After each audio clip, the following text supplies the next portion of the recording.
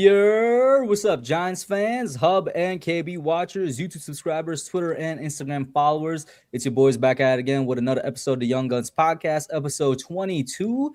We almost had another week off, but I texted KB earlier this week. I was like, let's be real, bro. There's not too much Giants stuff to talk about. The Knicks, as much as I love them, and I'm wearing a Knicks sweater right now, are honestly freaking hard to look at. Like, it's just so disappointing, and that's a whole lot of conversation. I was like, we got the combine this weekend. Let's see what happens. I'm not going to hold y'all. We were supposed to go live yesterday. I got busy. We live today, though. And it's not like the talking points changed much from when the combine started to now, except for we got some more info, player. though. A lot of info. Word? Yeah, well, guess what? These are the topics we got. It might fall into one of these. Rumored moves, so that's free agency and trades. Obviously, Sonny Styles gets his own topic because he's been the belle of the ball, so to speak, not just for the Giants. Like, I think he's had the best PR from the combine this entire weekend. Then we're going to talk about the NFL combine in general as it pertains to the Giants.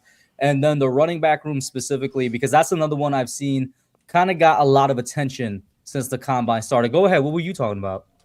No, I was talking about, like, there's stuff I heard about Bobby O, and there's something I heard about Wan'Dale as well. Oh, yeah, I saw. Both coming from Jordan Renan. I was about to say, was it the Jordan Renan tweets? Yeah, I saw those as well. Shout out to everybody in chat so far. We got Jarius and Island Boy in here. Thank you. We got a couple people watching right now. As you're coming in, make sure you hit that like button, hit that subscribe button, although I'm pretty sure all of you are. Most importantly, hit that share button. Let the people know that we're live. I can't remember a time we've ever been live on a Saturday. I don't want to say it's the first time, but me and Kate, we've been doing this for... Maybe for a draft or something. Yeah, this is going to sound crazy. Me and KB have been doing this for 7 years now. That's going to sound crazy. I feel old, bro. Bro, I was 18 when I started my channel, bro. I was a freshman in college. I'm freaking 25 now, bro. I guess you could say I groomed him, guys. I guess you say I groomed him. You know, I was going to make a joke because I just came back from the buffet. I'm like, yo, I'm so stuffed, bro. My guts are all messed up. But, like, you got it, bro. You got it. I can't beat that. I can't top that one. You got it, buddy. He's my protege. Stingray X Factor in the chat. I'm trying to be like KB for real. I'm trying to get like you, my boy. You know what I'm saying? But let's go ahead. Let's get it started. Let's roll the real intro.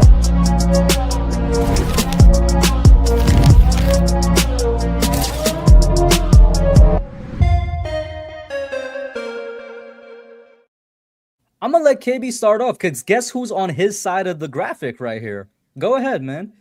Oh, I see. Yeah, both Bobby O and we got Wan'Dale on the other side. Yeah. So, I mean, like I said, I don't know how much it's true, but so much people are reporting on it. So I figure that it's got to be at least there's been truth to it. But the Giants are expected to cut Bobby O. If you guys remember, like Bobby O, along with somebody else, was like when we did our little offseason that was his last episode.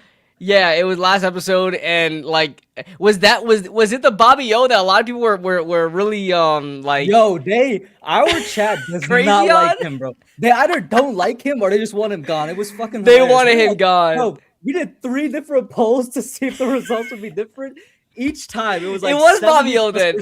It was 70+%. They're like, cut his ass, get him out of here. We're like, are you sure, guys? We're gonna put another poll. Are you sure? They wanted him gone. Yeah, so I guess the people have spoken, and the Giants have listened. So I guess the Giants are expected to cut Bobby O. It's going to save them $9 million. And this really kind of ties everything together because the Giants, the first player they met with in this process was Sonny Styles, and that was before he had the workout. That was before he had the insane workout. So they're already really interested in him. It all depends on how the chips fall and if he'll be our pick. And then we got Wan'Dale Robinson, who is expected to not be with the Giants moving forward, and it really sucks, but it makes sense. He's gonna be you want him gone. Really you want him gone. You want him gone, but he's gonna want around $17 million. I think that's too much for me. I think he wants more than that. The report I saw, he's gonna shoot for more than that. I don't think he's gonna get over 17. It was either the Titans or the Browns. All right, now this is all reports, guys. Yeah, they got like $100 million plus. Yeah, I'm gonna preface everything so me and KB don't gotta repeat this for the rest of the stream. For the rest of the stream, when we say report, take it with a grain of salt. A report said that the Titans or Browns are willing to offer him 21 mil a year. Poof. And And you you know know what that made what? me think of, And you know KB? what? That's Brian Day. Immediately. Yeah, Huh? that's Brian Dip. You know what that made me think of immediately? Remember when we weren't clowning, but we were like, "Yo, a dude who didn't stick to the move, he got to improve the Wandale contract projection." My bad, bro.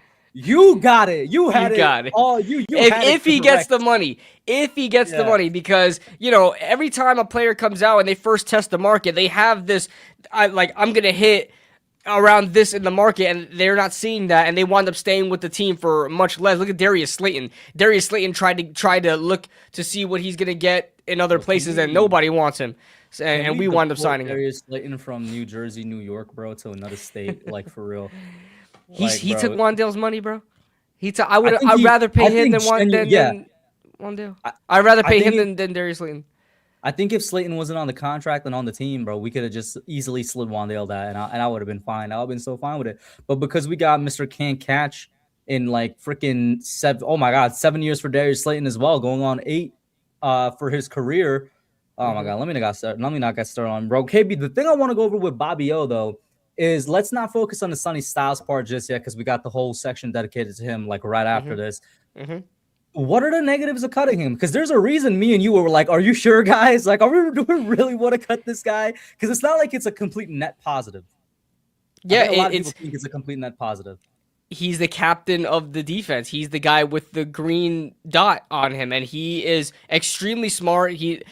Listen, Bobby O. Say what you want about it. I know a lot of people want to see him gone. He has been underwhelming, kind of disappointing these past, I would say, 2 seasons. But his first two, I mean, especially his first year with the Giants, was really, really good. And his play with the Colts was really good. He's still a good player.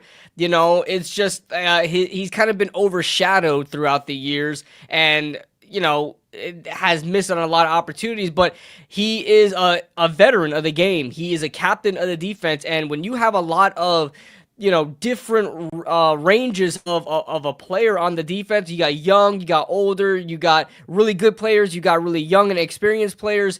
You have to be able to have a guy in there that can manage all of that can help make everything a lot easier when they're helping, set everybody up. Because that middle linebacker, he has to know what everybody's doing, and he has to sometimes move people where they gotta be when they change alignments during the snap, like mid snap.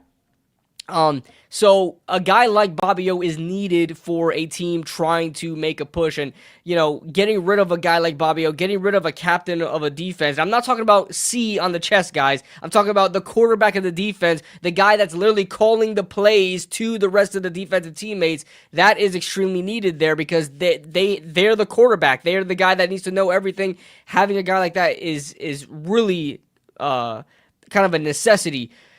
But as we'll talk about later on, maybe they have a plan in place to change that. I don't know. But we talked about it last week, right? We talked about it last week where we see a lot of these, free agents or not a free agents, players that have a contract where they could save a lot of money, and even if they're a good player, you're gonna look at that and you're gonna say, man, this might be something that the Giants need to pursue. Like, if you're the Giants, it's like, man, this might be something that we have to do. Like, the same thing with the KT conversation where, yes, Kayvon Thibodeau is good. Is he worth keeping around for $15 million plus trading him for extra for capital? Like, is he worth keeping him around and not getting capital? Or do you keep him for 1 year knowing you're not going to sign him and whatever? Same thing with Bobby Okereke. If he's getting older, if his play is not getting as well,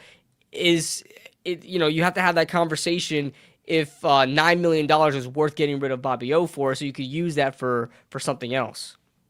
Shout out to Danny Boy, Cody in the chat.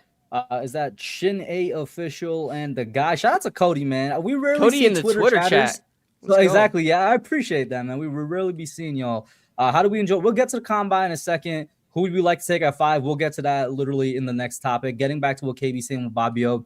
In terms of contract wise, we are gonna have, I think, 4 mil in dead cap. I guess people are like, well, who cares? Because we're gonna have 9 mil in actual open free cap space. Yeah, obviously 9 is greater than 4. Yada yada. The thing with Bobby O is that I think I won't call it an overreaction per se, cutting him after like a down year, because that like his first year with us, and it was the only year Yeah. without just an asshat of a defensive coordinator, which I think matters. He was great. Like I really do think having the guy who's actually giving him what to do as the quarterback on the defense, having that guy be trash, like matters to his play on the field. But like Hmm. you said, like if they have a plan in place, then I really have no complaints. Because one thing I've noticed, KB, Kush coming here with another low key casual take question mark. Middle linebackers, they have very short primes unless you're like one of one. Unless you're I like a agree, Fred Warner, brother. who's been doing it for a minute now or whatever. Brother, that is They have why like a 3 year span, bro, where they're good. that is why positional value exists. That's Yeah. why that if anybody wonders why safety's not valued, middle linebacker's not valued, running back's not valued, there's always a reason. And part of that is you're right. When it comes to the middle linebackers, one, they get hurt a lot. They retire early. Their primes come and they go because they're facing a brunt of the contact. And yeah, sometimes they just dwindle away. There are plenty of inside linebackers that we could probably name right now if we think of them, and we're like, yo, what happened to that dude? Is he still in the I got NFL? you. Darius Leonard, his old teammate, bro. Thank The you. first Yes. the first couple years in the league, he genuinely looked like the best middle linebacker in football. And that was Mm-hmm. before, like, who's another one that came on the scene and just kind of freaking disappeared? Devin White, right? He had like a year or two where he Devin was White, and he freaking was drafted in the really top elite. five. Yeah, he was drafted number 5, I think. It was either number Yeah, 5 or number 6. five to the He Bucks. was elite for like 2 years or so. Bam, disappeared. Now there's various reasons. Like I know with Darius Leonard specifically, he had some injuries and whatnot, but he players come back from injuries all the time. I like it's genuinely unless you're one of one, unless you're freaking Ray Lewis, Bobby Wagner, a guy like in more modern days like Fred Warner or something, you're gonna have like a 3 year prime, like on average at the middle linebacker position if you're good. That's just what I've Mm-hmm. noticed like over the past 10 to 15 years or so. Funnily enough, I'm glad you brought the positional value thing. It's kind of very similar to running backs. Unless you're a one of one running back, you're gonna have like a 3 to 4 year prime, which is a whole conversation we'll talk about at the end of the stream with the rumored running back moves. I had this quote pulled up here. I'm sure you've seen it, where it was basically from Giants Nation pod. So shout out to Bob and him. It was Harbaugh and company are going to really reshape the roster, and we're probably going to be shocked by some of the things that happen here. I don't know when they say that if they're talking about shocked by cutting Bobby O and letting Wandale walk, because at least for me and you and our audience, we've been talking about that for a while. Unless there's something else we can't think of, I wouldn't be shocked if these are the moves they're talking about. What are you thinking? Yeah, I wouldn't be shocked that maybe we'll see something that we haven't seen before. I mean, maybe KT is part of that, and I mean, I kind of expect it, but maybe KT is part of that. Yeah. And maybe it's something that we haven't talked about yet. Maybe it's they're talking about moving somebody that we never would thought would be moved. Dexter Lawrence may be one of them. Who knows? Don't say that, bro. Listen, I don't know if a team gets desperate enough. I don't know where the Giants are at right now, but Well, I will say, there was another report with a quote that came out. They said like they believe, like John Harbaugh, direct quote. He was like, "There's your cornerstone guys and your foundational guys." Dexter Lawrence is a foundational guy, so I don't think they'd move him. yeah. And on top of that, Um, I think the dead cap space is insane. It's not something. and on That the top of that, Giants would ever our consider. defensive line is Dexter Lawrence and some ass. So without it, it's just some ass. You know what I mean? Yeah, and It's- Brian Burns too. Got it. Brian Burns is an outside linebacker, buddy, on this team. Still, he's front seven to me, but he's front D line, but Yeah. With letting you know- Wandale walk, y'all know how I feel about it. I'm cool with it. I think we could find a replacement very easily. I Yeah. like Wandale Robinson. You know what? He's not gonna be bad on whatever team he ends up, but like y'all are definitely buying a little bit of snake oil, bro. Like this was a fake season by him. Genuinely, our top 2 weapons were down. That's the and it still took him 500 receptions to get 1,000 yards, bro. Like let's be real. We know what Wandale is. It was 92. It wasn't terrible. Okay, it was 92 receptions. Not terrible. All The right? one thing I'll give Wandale, bro, he is a tough son of a bitch, bro. He is. The amount of He is. times he's also It's a pinball. like springy. Yeah, because like he got bounced around on the field Remember that one reception? He literally bounced off his head and then stood up like it was nothing. I'll give him credit for that, bro. Yeah. He bounces around and stands up like it's nothing. And obviously we know he's a demon off the field. But Wanda, we need you to be a demon on the field, buddy. We need that to Yeah. translate. Yeah, In Cody good says news, Wandale's going KB, to go ahead. Titans. Yeah, no, I just mentioned that. Cody said Yeah, Wandale's going yeah, to Titans. That makes so much sense for a Brian Dable type yeah. scheme, to have Shout out Wandale to in there. the funny thing is Wandale, he could have a repeat season like this one on the Titans because he'd be the best freaking weapon. Like Yeah. he'd be the best weapon, and it's not And even Cam close. Ward would be used to it because he already has a guy like that in Xavier Restrepo. And he's been with him since Miami. Xavier Restrepo is not good compared to Wandale. Wandale is like the super upgrade. Super upgrade. Exactly. Oh, I In also want to super good mention. news, oh, go ahead. I also want to mention the Giants only have $1 million in cap space after the jump. $1 million. So we gained like what, 6? Because we're like -5 right now, I think, right? I don't know. I guess so. We're at $1 million since the official cap number of 301, which is shout out to you, Joe Shane. The most expensive roster in the NFL. We got 3 wins to show for it. Nice. We got time. We'll run another mock off season now that we know the rumored moves. Because two of them is letting these two guys go. A really good one, finally, because we've heard nothing about it, is that like they're gonna bring Jermaine back. All signs You think so? point to them. Yeah. That was a couple reports I saw out there as well. Okay. All signs point to the Giants bringing Jermaine Illuminor back. It's Good. still not anything in terms of like how robust the report is. It's not as robust as the letting Bobby Okereke walk, because that was all over Twitter. But I saw like a couple reports saying that the Giants are interested in bringing Jermaine Illuminor back. And obviously, if they're interested, we know there's mutual interest there. If that is true, I don't got to worry about anything with the offensive line. I'll keep it real with you. I think we got our 2 bookend tackles. And if they re-sign Jermaine, hopefully it's like another 3-year deal. I more than believe he has at least another 3 years of good football in him. And I truly do believe, as we'll talk about during the next topic, given John Harbaugh's history of drafts, that we will draft some type of O-lineman on day 2 to help bolster the line anyway. The guy I don't know too much about, KB, and I saw one report as well, is the other guy on your side here, Cordell Flott, who's a free agent, which is basically, them saying like, yeah, sure, we'll let him walk. And any thoughts on that?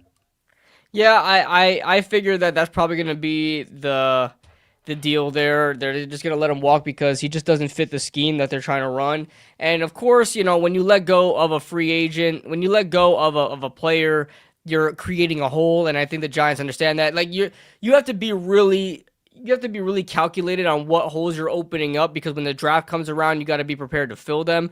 And the reason why I wouldn't want to let Jermaine Illuminor go is because that number 5 spot, it could be used for absolutely anything, and letting Jermaine Illuminor go would automatically like force us to make a move on like a guy like Francis Mauigoa or Spencer Fano, because that to me is the most important position. Like wide receiver is not more important than right tackle. Cornerback 2 could be important, but like the players there is not like really worth it. And then of course you got linebacker, but I think right tackle would like kind of if we let Illuminor walk, right tackle immediately becomes the number 1 need on this team with a second-year quarterback. Like it's not even funny. What I will say for the last part of the rumored move, you mentioned it a little bit earlier, the most updated reports on the Kayvon Thibodeau situation is that they are listening to calls. They're looking for like a day 2 pick at least in terms of him. And I'll just sort of restate my stance on Kayvon Thibodeau. I genuinely don't want to trade this guy. I want to keep him for the 5th-year option. I am willing, and I know this is where me and KB differ, I am willing to let him walk next year to take what might be a worse comp pick than to trade him, because I believe in the value that he brings to this team. And the position that he's at specifically is currently one of the only positions of strength on this team. We've seen positions such as defensive tackle that I freaking rag on all the time, gone from being the most stacked, most depth, and strongest part of this team, literally dwindle down to one guy and some cardboard boxes. Right now, our outside linebacker group is what the old defensive tackle group used to be, and I don't want to see it dwindle down. I want to keep a strength. Additionally, Kayvon is the only good or the guy that's the best at run defense from the edge. And truly, if we trade him, I like what I'm hearing from the sense that I don't want to trade him for anything less than a 3rd.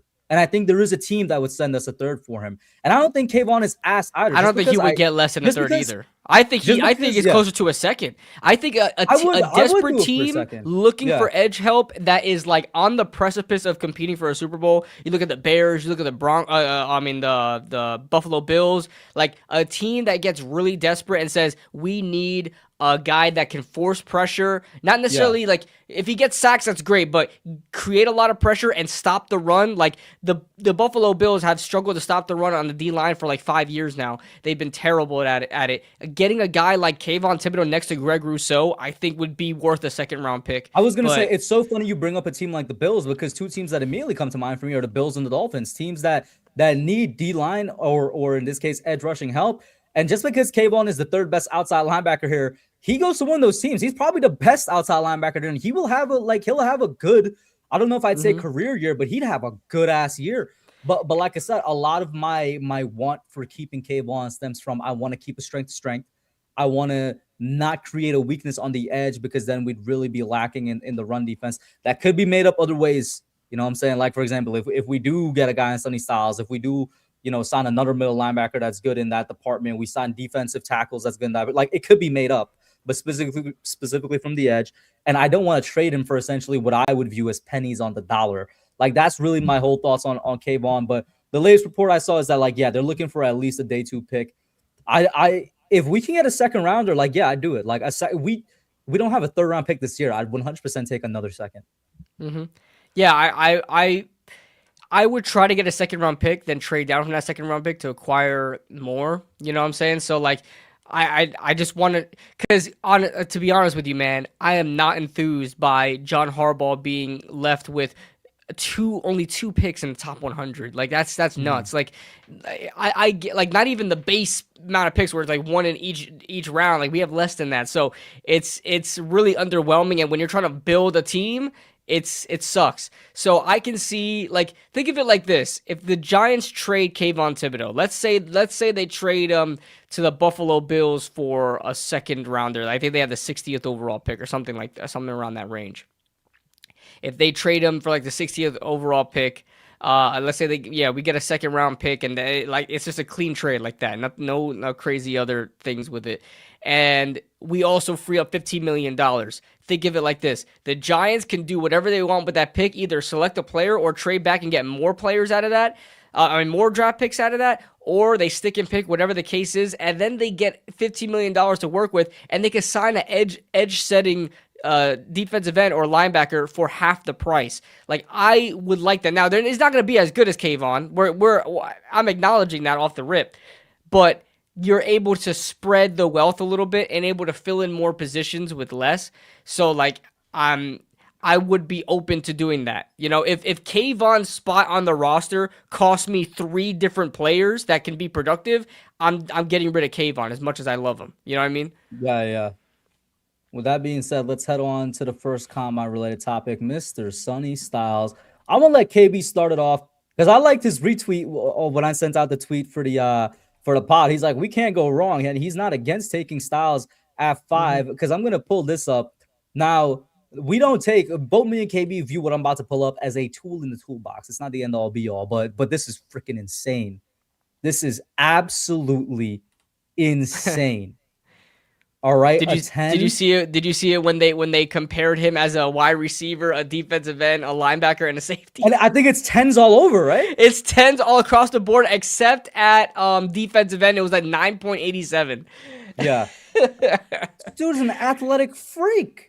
Yeah. Jesus Christ. Take it away, KB. You start us off with Sonny Styles. Yeah, man. Listen, I'll be honest with you. I watched Sonny Styles early on in the film process.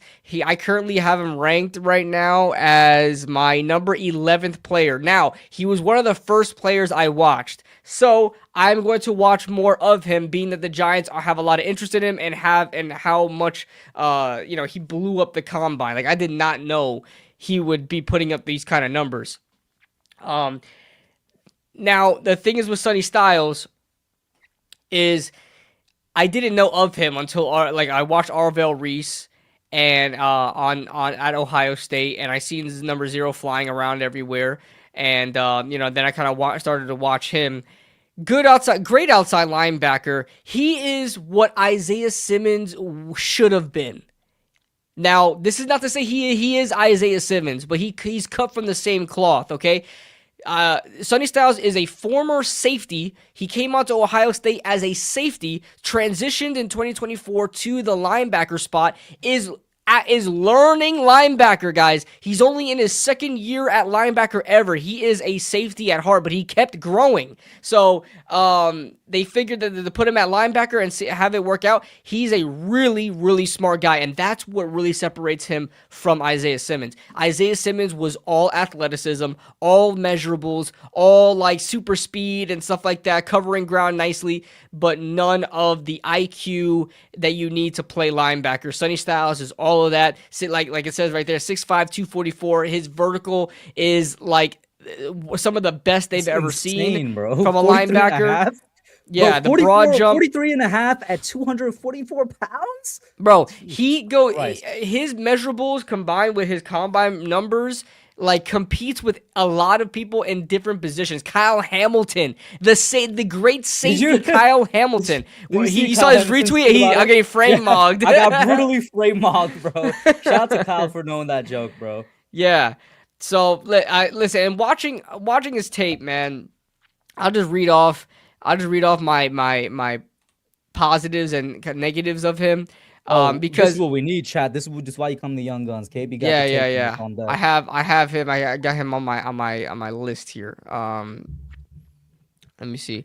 So, okay, pros, I put 6'5" with long arms, not very common for inside linebacker. Like just looking at him, he's an athletic freak. I didn't think he was 6'5" when I first watched him. I thought he was just a bigger guy, a little bit more lanky, honestly, can put up some more pounds if a team needed him to. And we'll get to why I say that in a second.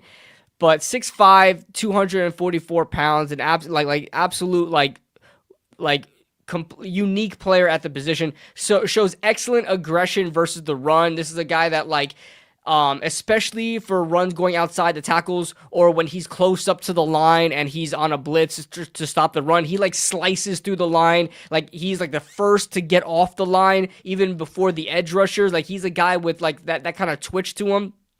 Off the line, keeps himself squared, allowing him to adjust and strafe the field. So he's very good of not overly committing as a linebacker, knowing when to strafe and keeping his balance very well.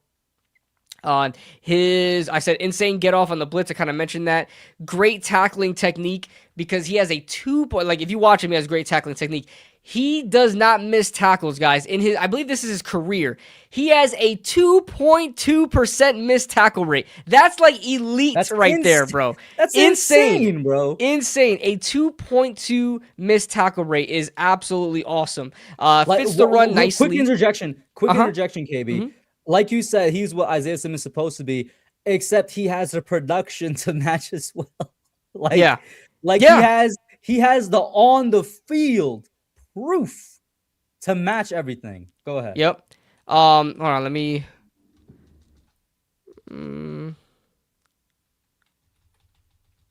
yeah, so he has I had a typo in my notes and it's bothering me. Fast hand strikes, keeping him hard to lay hands on. So he's really violent. He has a long wingspan, and when he's going up against linemen tackles and trying to get to the running back, he's very, very quick off the line too, and very quick hands.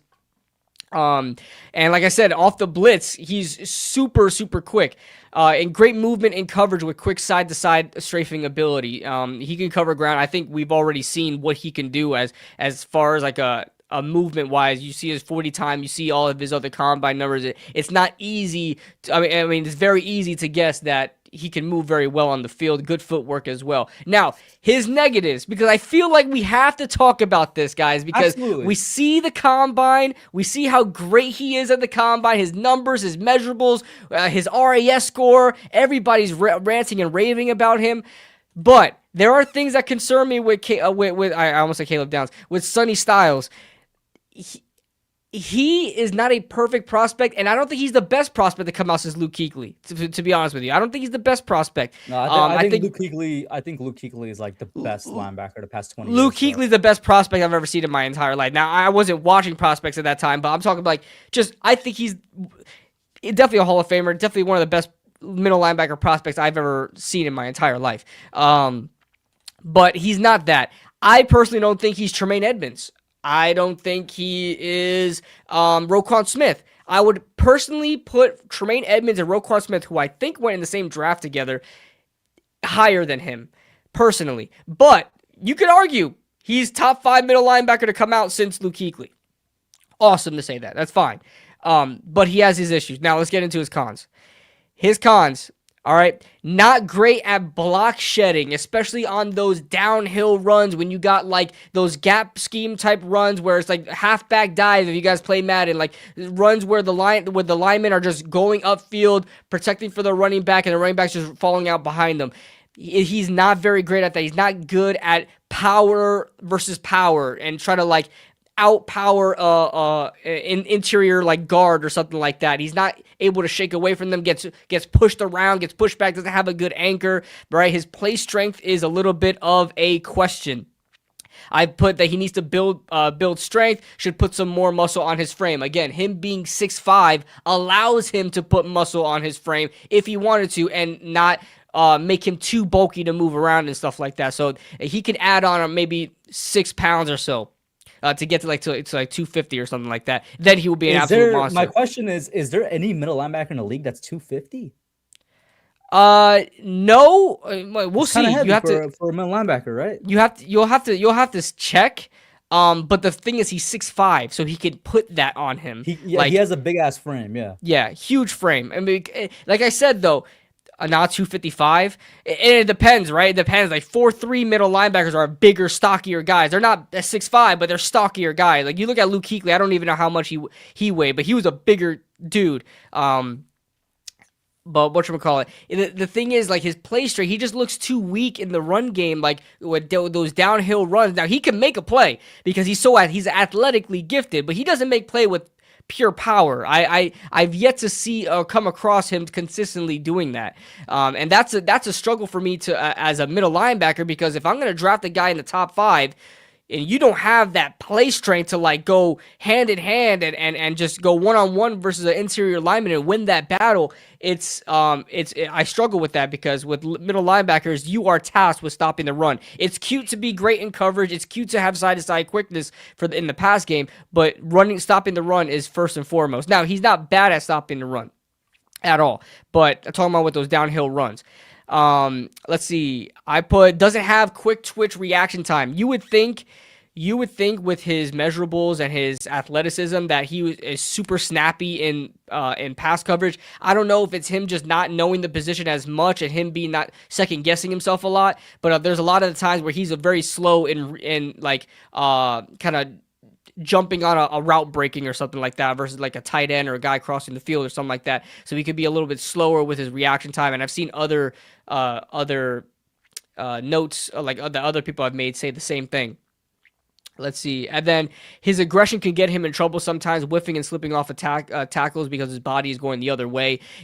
Although he has a 2.2 missed tackle rate, he slips off a decent amount, and I think he still gets credit for the tackle if he like cleans one up, or if he like is like a part of it, as I think it counts as an assisted tackle where he'll slip off and then somebody else cleans it up. So he can get too aggressive at times. But those are pretty much my cons for him, and it's nothing too concerning. Is he still worth a top 10 pick? Probably, but there are things that I am a little bit concerned about. He's not not a perfect prospect, but man, I do like Sonny Styles. The more I watch him, he was one of the guys that I was saying like, I'm not thinking about Sonny Styles. I don't want a linebacker in the freaking draft. I don't want a linebacker. But the more I'm watching this guy, I remember you saying that because it was like, I think right after the season ended, a commenter mentioned it, and so I read the comment, and you said that. So, yeah. But like, and that was it. I'm not taking credit for anything. I'm just saying, like, it was that is where we were at that point in the offseason, which was like day 0 of the offseason. I remember that. Yeah, yeah. I never want a linebacker that high. I never want safety that high. But like the type of players that are coming out in this draft, especially with this draft not being a strong draft, Yeah, the it's players that it's are the these are what best the in the top players. Yeah, the top players are just at positions that are not very like valuable. So it's like you kind of have to like deal with that. But man, I do like Sonny Styles, man. Especially listen, I mentioned how he's not like fantastic versus certain runs, but let me tell you, those runs breaking out to the outside, off tackle, like those running backs bouncing outside, he makes great pursuit angles. It's one of the reasons why I fell in love with Micah McFadden coming out of college, is because he was so good at those pursuit angles. Sonny Styles is so good at those, making those tackles, in the open field, on the outside, does a great job in that. And then when he's in the flats as well, and waiting for that running back to get to him, I like his game a lot, man. I it's growing on me. It's growing on me. But and with KB saying all that, he covered the tape reasons, the on the field reasons, even a little bit the stats and whatnot. For what I'm gonna try and say to you guys is probably what you've heard a lot. So if you have heard it, I apologize for being the dead horse. But let's look at it from what the Giants reasons and the John Harbaugh reason. John Harbaugh is not a defensive specialist or anything, but it just so happened that the only team he's coached in his career as a head coach at the NFL level has been a defensive team throughout its entire like existence as one of the top franchises in the NFL. John Harbaugh's defenses always have a calling card. What's the main calling card? A strong middle linebacker position. Giants don't got it right now. He had Ray Lewis, one of the greatest, if not the greatest middle linebacker of all time. Then they had CJ Mosley. Then they had Roquan Smith. This has always been something present on Ravens defenses. There's nobody even close to that on the Giants defense right now. I know KB thinks Micah McFadden is Ray Lewis reincarnated, but unfortunately, he's not.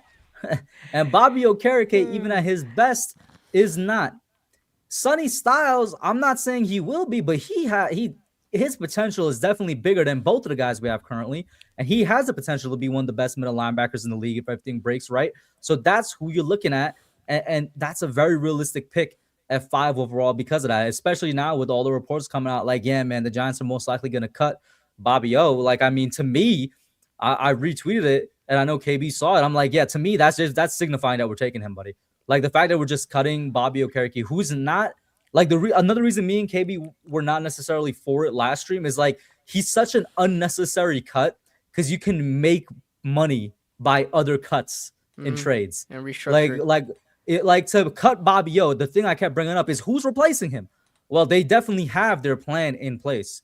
So like that's why I'm thinking it's pointing towards Sonny Styles at the 5th pick. And then when you look at other things, speaking of positional value, like KB said, yeah, the middle linebacker is not necessarily the quote unquote positional value pick, but what's even like less than that, in my opinion, is safety. And I know Caleb Downs was essentially the favorite for the pick. And what was one of the main reasons people were talking about Caleb Downs, KB? The main reason people were talking about Caleb Downs is Kyle Hamilton and the safety, John Harbaugh and the safety in his defense. I'm like, more than anything, the middle linebacker in his defense. What are we talking about?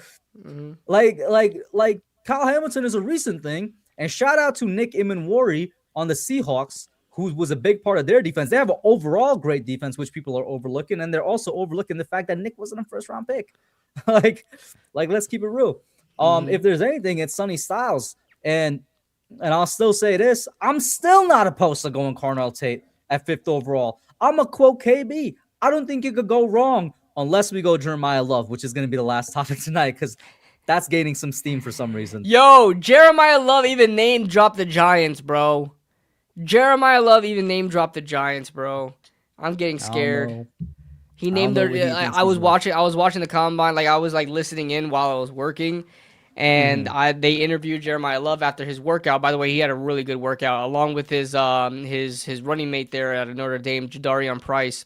But he was kind of baited. They were like, "Yo, where do you think you're gonna go?" Obviously, knowing that he's gonna give some a PC answer or whatever cookie cutter answer. He's like, "Wherever I'm wanted, I'll go to any." The same cookie cutter response, which is like the humble response, but. He did say, I've been seeing a lot of people, like mock drafts or whatever, saying I'm going to the Saints, I'm going to Chiefs, and then he said the Giants. I said, brother, what? Now I love me some Jeremiah Love, but slow it down, buddy. Slow it down. Yeah, I'm not taking Jeremiah Love at 5.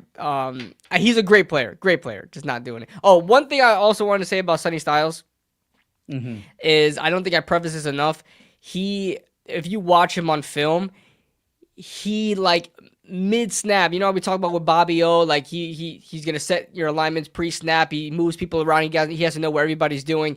Sonny Styles is learning the position, and I swear I've never seen a middle linebacker prospect I watch on film in college move around his defensive line more than Sonny Styles. Like he constantly pre-snap, like slapping his defensive tackles and edge rushers and other linebackers and cornerbacks, moving, come over here, go over there, stay right there, move to the other gap or something like that. You see that all the time, which is telling you that he is like a natural born leader. He's a captain, natural born leader, and he's smart, very instinctual, high IQ. I've seen a bunch of videos of people breaking down his film of recognizing stuff that a lot of college teams are privy of doing all the time, and him calling it out and him reading it automatically. So just awesome IQ from Sonny Styles so far. So if we draft him, not only will we be getting athleticism, but also a really, really smart player too. So before we begin this topic fully, let me see. There was a couple comments here I want to see right here.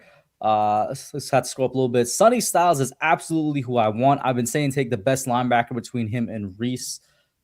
Styles is going to be an edge rusher. Reese is going to be an edge rusher. Yeah, he's going to be. Rondre. No, Kevin. Let's address this real quick. Let's say the Giants draft. They already cut. Listen. Micah McFadden has so much aura. They are letting go of Bobby O to make room for Sonny Styles. Do you understand me? Look at what Nova's saying about Sonny's aura. He's still Sonny's king. Aura? What about Sonny's aura? Sonny's aura is going to mesh well with Micah McFadden, but Micah is still king. He's still going to be there. He's going to retire here. Do you understand me? Micah's not going to be wearing the green dot, buddy. I'll tell you that. He won't be. That's fine. He won't be. Wear the green dot. That's fine. He won't be. I'll give it to Sonny. I don't care. I'm afraid the Giants will take the Jets will take him at 2. I think the Jets are going. Who? Sonny. I think the Jets are going Arvell Reese. Guys, Sonny Styles would never his position would never allow it unless he is literally the reincarnate of Luke Kuechly. He's not sniffing. 5 is the highest I could see Sonny Styles going. 5 is the highest I could see any middle linebacker going that's not named Luke Kuechly. Great question. What do you do if all these Ohio State boys are on the board at 5? Genuinely, it's a great problem to have. Yeah. And you know what's funny? Even though Caleb Downs, I think, is the best player of these 3, I'm still leaning towards Styles or Tate over him. And I will admit that's an issue because BPA is Downs. No question here. BPA is Downs. I'm leaning Tate and Styles because of the impact they have. Yo, you know what's crazy? Like, Sonny Styles has been talked about so much in these past 24 hours that, like, I think I'm leaning Styles. Yeah. I think I'm leaning because it's just been so much propaganda been put into me like this whole time. It's not just propaganda, bro. It makes sense. We are going to have immediately when they cut Bobby O a huge hole at middle linebacker. It's a plug and play obvious thing. It's a plug and play obvious thing. Like, okay, with Carnell Tate, that's the flashy pick. The Carnell Tate pick is the flashy pick. You put him in with that offense with already a lot of young superstars on that offense, and you try to like become the best, like most dynamic offense in the league. Fine. That to me, Carnell Tate is not needed, but Carnell Tate would be extremely appreciated. He's not needed though. Caleb Downs is needed. Tyler Nubin is on my defense projected as a starter, okay? If the Giants take Caleb Downs, I'm also all the way on board with it. But hear me out. But what makes the most sense? Take a dude like Bud Clark in the 4th. No, you're right. Listen, you're absolutely right, which is why I say what makes the most sense. Let's say this. Yeah. Let's have this scenario here, okay? Free agency passes by already. The Giants get a guy akin to like Alec Pierce. Not exactly that we'll get Alec Pierce because he's going to be demanding a lot of money. But we get like a legitimate like other outside receiver, okay? And then we also get Jermaine Illuminor back, right? So that's 2. That's wide receiver 2, and that's right tackle squared away, right? Then you have safeties, and of course, you still have Tyler Nubin there and Javon Holland. And the draft rolls around, and you have between Caleb Downs, Tate, and Sonny Styles, and Bobby O is gone too. I mean, what makes the most sense? The most sense would tell me Sonny Styles. You know what I mean? That makes the Mhm. most sense. Now I don't know if the Giants are going to go out in free agency and go get themselves another middle linebacker. I hear Leo Chanel is Because in the market right now. guess what the next comment I was gonna highlight was, if we sign Leo Yeah. and draft Styles, watch out. I completely watch out. I think like in terms of middle Whoa, whoa, linebacking whoa, whoa, duos, whoa, we whoa, whoa, jump whoa, up whoa, there. whoa, whoa. We That's too many. jump up. That's too We many jump. players in the All right. inside linebacker. Oh, whoa, whoa, I'm whoa, whoa, gonna. whoa, whoa, whoa. I think that we jump up to. Listen, if that happens, we're one of the best middle linebacker duos in the league. In the league. All right. Man, stop. Well, What we're do you mean already one of stop? the best with Micah. Word? Do you mind pulling up Yeah. some stats to back that up, please? Micah, you don't want to pull up Micah McFadden's stats in like across the league amongst all middle linebackers. He is pretty damn. He's up there. Okay, Micah McFadden's up there. You don't want to do that, buddy. All right, allow me to give you some propaganda. Shout Mel out to the Kiper is going godfather Styles to the Commanders. of Well, mock listen, drafts. anything that Mel Kiper says, just automatically believe that it's going to be wrong. So Styles is definitely not going to the Commanders. Also, the Giants picked before the Commanders, so I mean, if Yeah. they wanted him, he wouldn't get there. You know what I'm saying? Bring up when Uh, Micah McFadden gets cracked. What? Sonny Styles with Leo Chanel. We're finally yo, screw you guys, bro. yo, You guys are it's the so emojis. It's the unappreciative emojis. of the It's the greatness of Micah emojis, bro. McFadden. It's the emojis that get me, bro. You guys are Fingers so crossed for unappreciative 100, of his bro. greatness. So unappreciative. Ungrateful. All right, let's talk about. Did you see? I think that's Mekhi Lemon all the way on the right, right? Did you see him Oh trying my to God. seduce NFL teams to draft The him, new bro? Jalen Ramsey, bro. Yo, what is he doing, bro? He was either high as hell or The he's thing is, low-key he couldn't, zesty, no, bro. I agree. He couldn't have been high because he's at the combine. He's drug tested over there. Like, there's just no way he was on anything. Like, he's either, I think he was too full of himself. I honestly think his I don't think energy that. was I don't riding think it's that. high. I think it's what you said, bro. I think he's Jalen Ramsey. Jalen Ramsey completely changed how he spoke, like halfway Yeah. through his career. Yep. Mekhi Lemon, if you ask him the most basic question, here's a video right here, bro. Look at the way he's moving and talking. Player you model your game after or look up to? Never say a man's name like this. St. Brown, type of player he plays with, type of way he can have a positive impact, on the team without the ball in his hands. Makai, who's one? What does that even mean? A positive impact? Okay, like a route runner and Bro. just a threat on the field. But he's like, I would Yeah, why say is I'm he, a Ross St. Brown. why is he looking I'm a at Ross me St. like Brown. that? Why is his body? Yo, why are you looking straight at me? Why is he looking Yo, at me I with am that body screenshotting that. posture That at is me? gonna be in my meme collection, my Twitter meme collection. Oh my That is gonna God, be bro. my Like, Twitter who meme is he? collection. What is he doing, man? He got removed from my draft board. I'm telling you that, buddy. Yo, shout out, Look shout at out. this. Oh, that's a Shout out to Cross Cross, on that, yeah, Sabrina Carpenter. Look at That's like this. the only attractive picture of Sabrina Carpenter I've ever seen, honestly. All right, I we're think not she's- gonna get into yeah. Sabrina right now, man. Yo, you have a nickname for Yo, her. look- Wow. Oh, that's a tough one. I'm gonna go 3 for you for sure. I'm gonna go Jay Jettis. I'm gonna go Jamar Chase. I'm gonna go JSN. Oh, that's a tough one. I'm Oh, gonna that's go a- 3 for oh, you that's for a- sure. Whoa, that's my a man is tough zooted, one. bro. He's got to be I'm on telling something, you, bro. he looks high as hell, man. Bro, did he sniff looks too much high smelling out of salts or his something? mind. I don't know. High out of his mind, man. It's But I'll tell you right, he is a crazy. baller though. He's a Yeah, baller. look at this. How Mekhi Lemon looks at the reporters at the NFL Combine, bro. Yo. That is true, right? Look, he's trying to seduce him. That's crazy. Probably say Caleb Williams would be cool, former teammate. Oh my God! Of course he wants to play with Caleb Williams. Aaron Rodgers would be cool. He a GOAT. He a legend. One more. I'll go Jaden Daniels. Sure. Why is he bro? Why is he looking at me like that, bro? Let me see. Is there any other one that? Oh, we got some actual lemons. That's hilarious. Okay, cool. That's about it from the Makai Lemon standpoint. A Carnell Tate, bro. Did he stink it up at the combine? I didn't get to catch it. No, I don't think he. I don't think he ran. I don't think he did Okay. anything. I think he's waiting for his pro day. Shout out to Jaden spreading false information in the chat then, bro. Wait, what Man happened? said Carnell. He said Carnell stunk it up at the combine. I didn't see him run at the combine. Oh, he said he ran a 4.5. That's not bad. That's also, I was gonna say that's 40 times. Listen, because we just gushed over Sonny Styles, right? But like there was a recent receiver, man, who runs faster. Oh, he than was 40 part of the times. second group. I fell asleep. I didn't see the second group. It might have been Kyle Hamilton. Kyle Hamilton ran a slow 4.5, and we know his game speed is quicker than that. Guys, Cooper Kupp ran a 4.7 at the combine, okay? And listen, for Carnell Tate, for him being an You see outside what his receiver, game speed 4.5 is, is man. not terrible. And on top of that, it's the combine. Like it will, you just pull out the game tape, and he's not. First of all, he's not supposed. He's like 6'2". What was it, guys? Does anybody know his official measurements? Because a lot of people were teetering on like 6'1" and 6'2".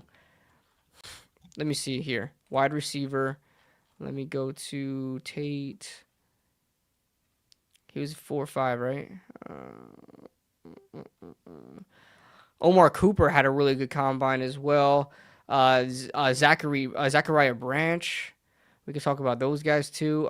Where's combine tracker? Maybe. I'm just gonna reiterate. We know what his game speed is. Like this is where like he has what some he's not people supposed view to as be a a bad burner. 40 time. Yeah, he's not a burner. He's an just ex-receiver. look at him, man. Just look at him. Yeah, he's an X receiver. Split 161. I mean, they compare him to Chris Olave. Lance Zierlein compares him to Chris Olave. I don't see that.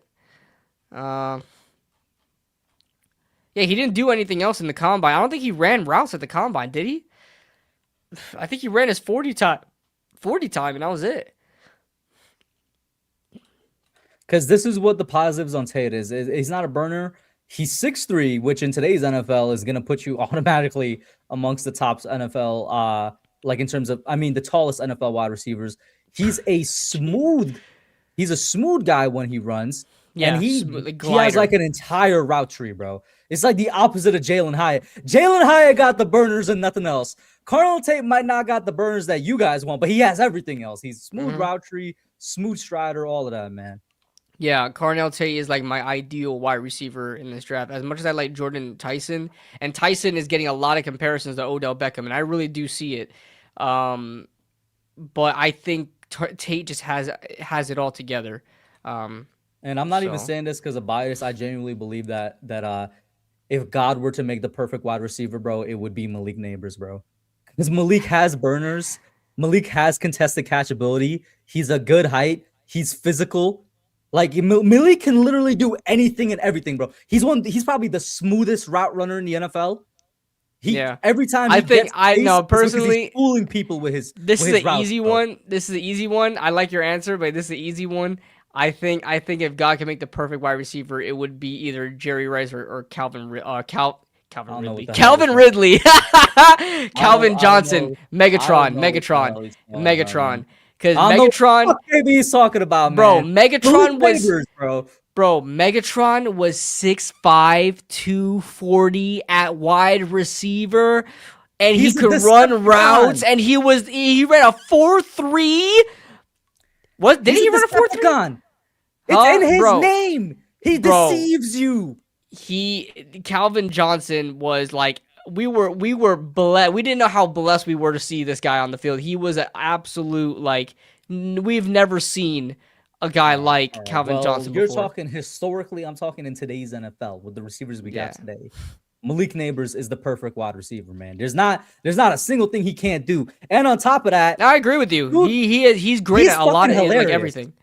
Oh my god, yeah. Honestly, his IG stories are always hilarious, bro. Like, bro, I'm happy. He's like such a down to earth dude, bro. I'm happy that he settled in because when he got drafted here, he was pissed. He was pissed to come here. I think he settled in nicely. times throwing him the football, bro. That's why. Yeah. Oh my God, Randy Moss. Yeah, Randy Moss too, guys. Randy Moss too. But the thing is, Randy Moss was a little slimmer, but Rice and Megatron is like the perfect, like God's perfect creation of wide receiver. The perfect wide receiver is Gunner. Come on, guys. Gunner Olszewski. What? That's Gunner is listen. Gunner might be top 5. Don't sleep on him, man. Oh my God. Gunner might be top 5. Let him. I also saw that. How does bro mix up Calvin Ridley? Because I haven't said Calvin Johnson's name in a while. I think I've probably said Calvin Ridley's name more recently. But I'll scroll into what Jaden said earlier. Hell no, man. Hell no. Now with the contract, guys, gotta think about the contract. DJ Moore's like getting like $30 million a year. Jaden said, "Nah, I'm not gonna lie, but Kyle Lemon moved up my draft board after that clip." Which clip? Which clip? What is he? Yo. What is he talking about? That's crazy. Yo, I'm not gonna lie. Mekhi Lemon is a really good player. He reminds me of Puka. The thing is with Puka is that you'll never take a guy like Puka high in a draft because he's not an expert, elite in anything. But I would say Mekhi is the elite in hands. He has great hands, but he's 5'11", so it's like, can you separate with those great hands? Can you separate at 5'11"? He's a little slower to me, not as explosive, but a really good route runner. So like I wouldn't take Mekhi Lemon at 5 over Tate or Tyson. I wouldn't do it. But I could see him going in the top 10. I could, but I like Mekhi Lemon. He's gonna be good, but I don't know.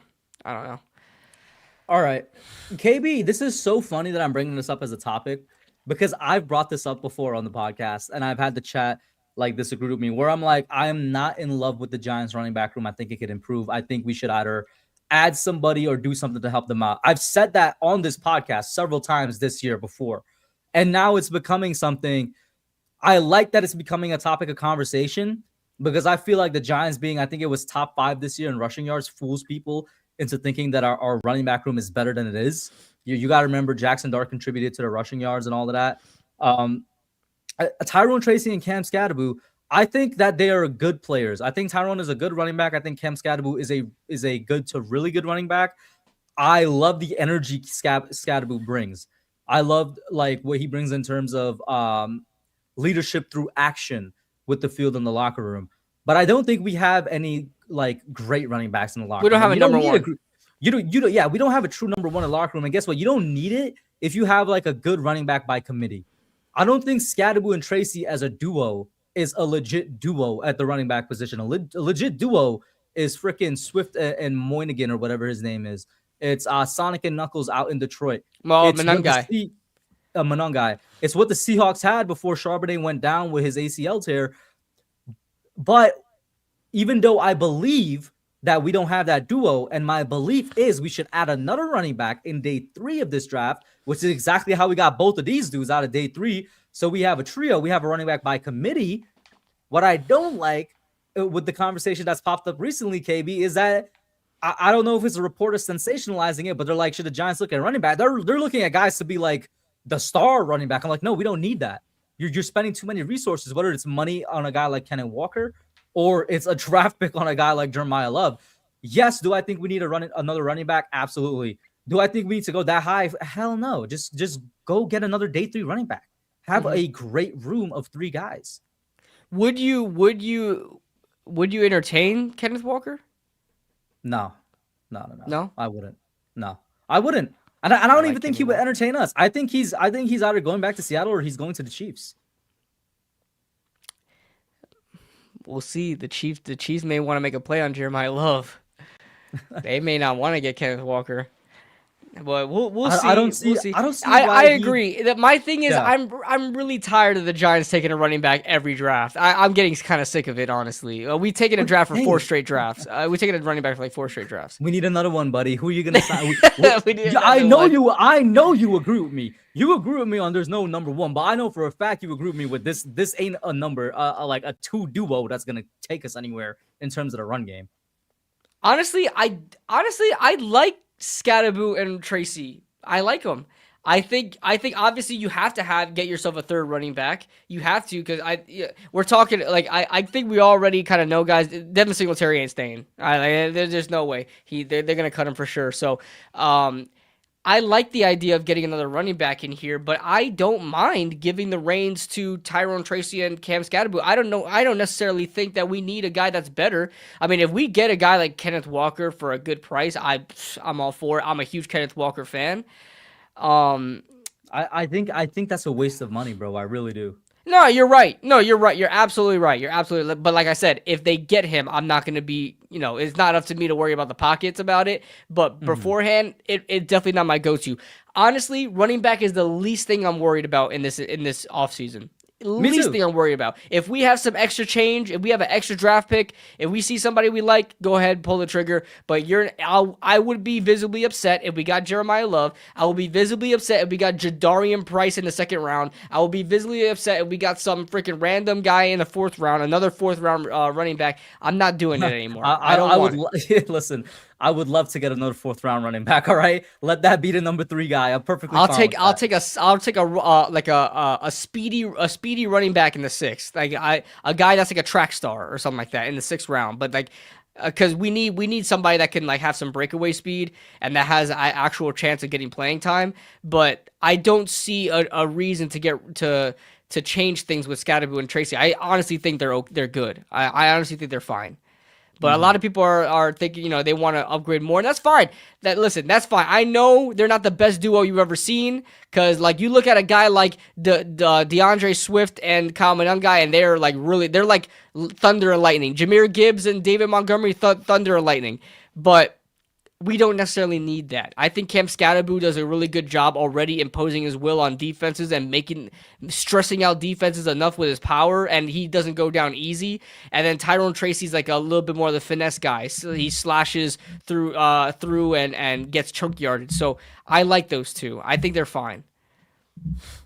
Turbo is an XFL name, by the way. He's in the XFL now? Good. That's where he belongs. Fuck out of here. I'm sorry. KB was not a Turbo Miller fan. No. It made me hate him more with all the propaganda was being spewed on him. So KB's not really a fan of guys trying to make it out the mud, like trying to climb the ladder.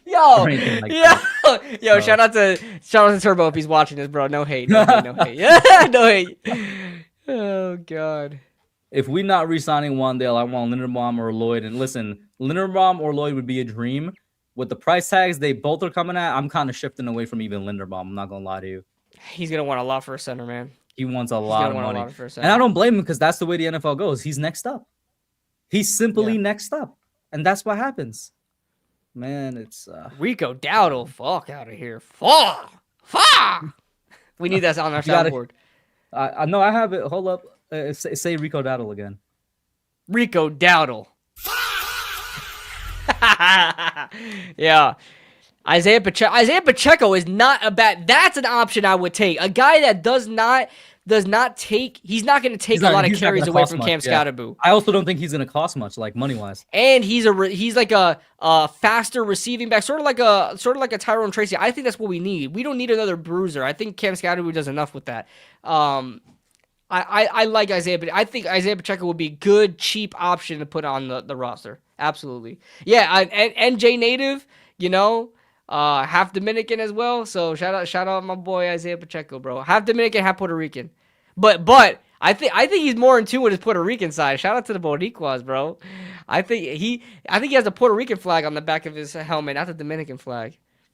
But yeah. I want you to buy a Devin Singletary jersey, rock it, take a picture in it, and send it to me. That's your GOAT, right? Yo, you're That's your GOAT, right? Buy a jersey, rock it, hell no, send it to me.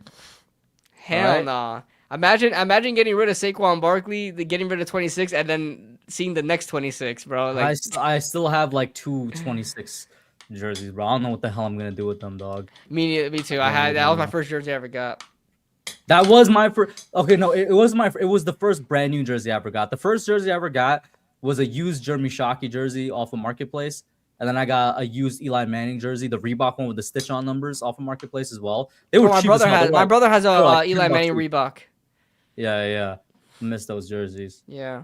But Listen, KB, I think we got enough time to visit back the Stick to the Model website, bro. With everything we Oh, talked okay. about, with all the information we went over and stuff like that, I think let's head to it and let's see what we could do according to that information. Let me share this screen. So, chat, y'all are gonna be with us for another mock off season here. All right, let's select the Giants.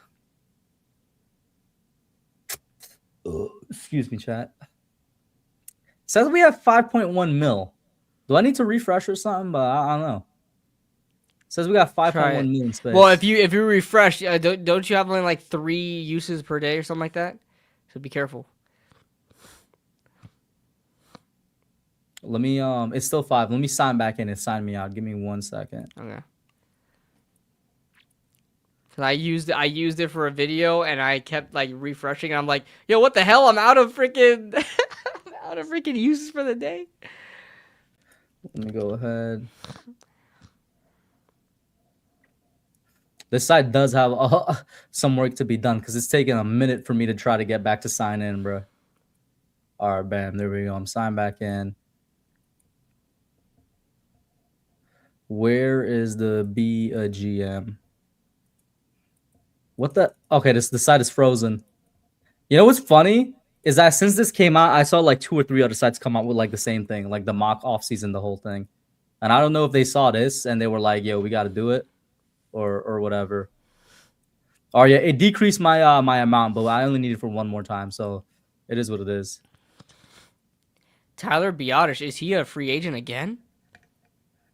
The hell is going on?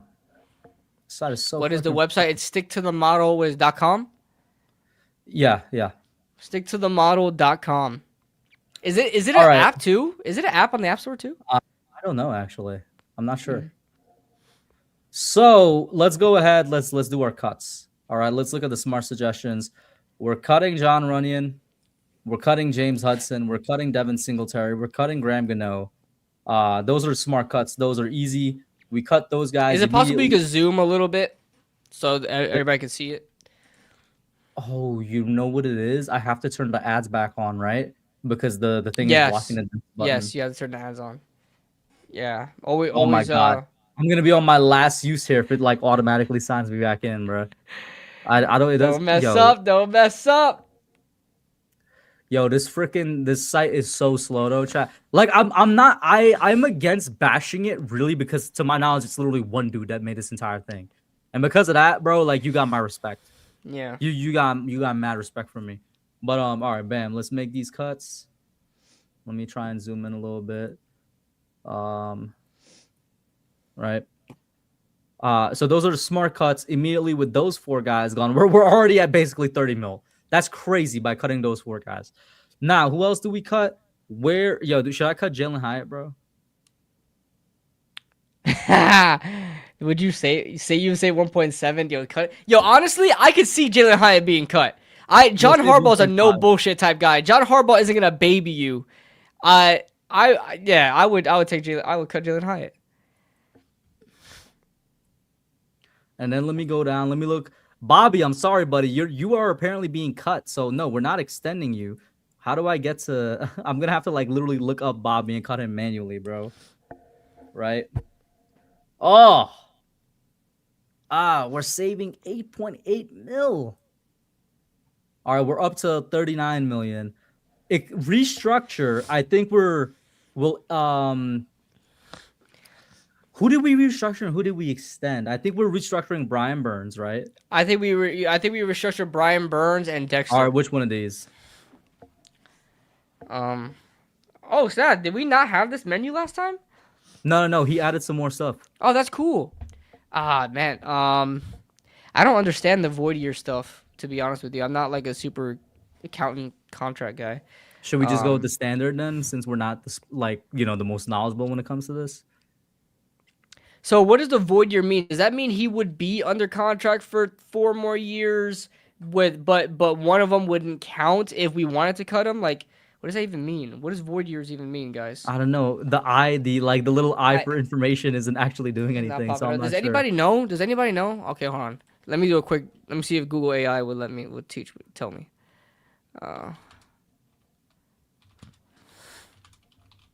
Oh, there we go. Let's see. Void years in NFL contracts are artificial, non-guaranteed years added to the end of a deal to spread out a player signing bonus for salary cap relief.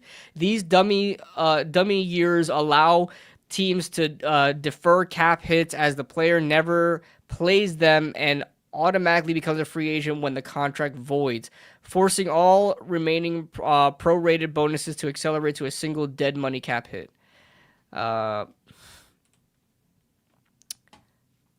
So it's basically last year is voided, I believe. Screw it. Just put standard. I don't really understand the void year stuff. Yeah. Should we restructure Andrew Thomas? I think he's already. Has he been restructured before? He's been restructured like last year, I think. Yeah, I don't think I they reach out to him again.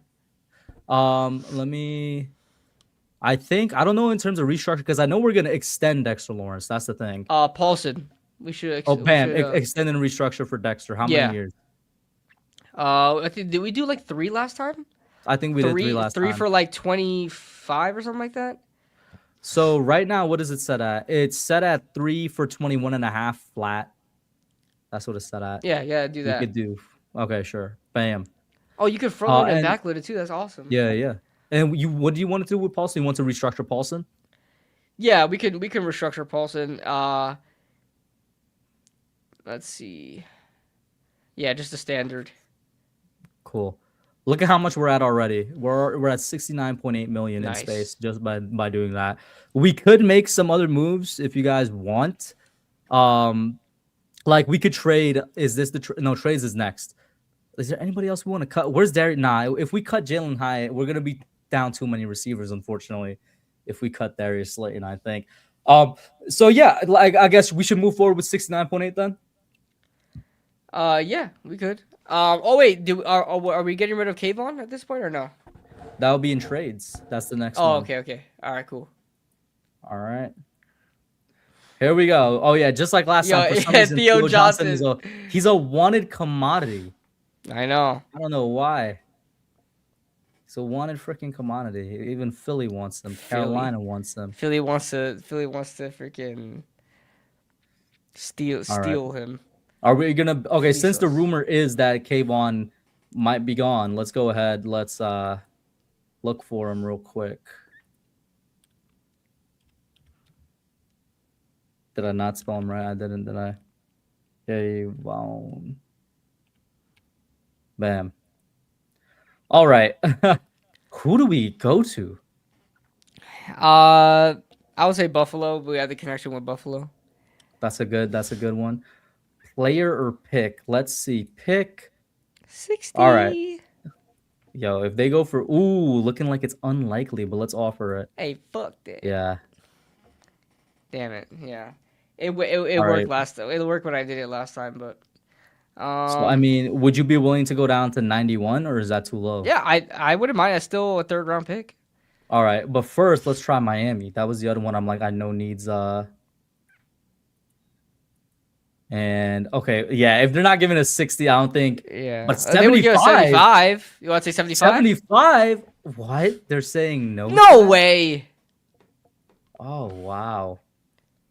That's crazy. Who else is a team that needs edge rushing help? Does Tennessee need edge rushing help? But I don't think they want to give up any of their picks right now. That's the thing. Let's see. New Orleans. Kayvon is definitely going to go for a 3rd. What about Indianapolis?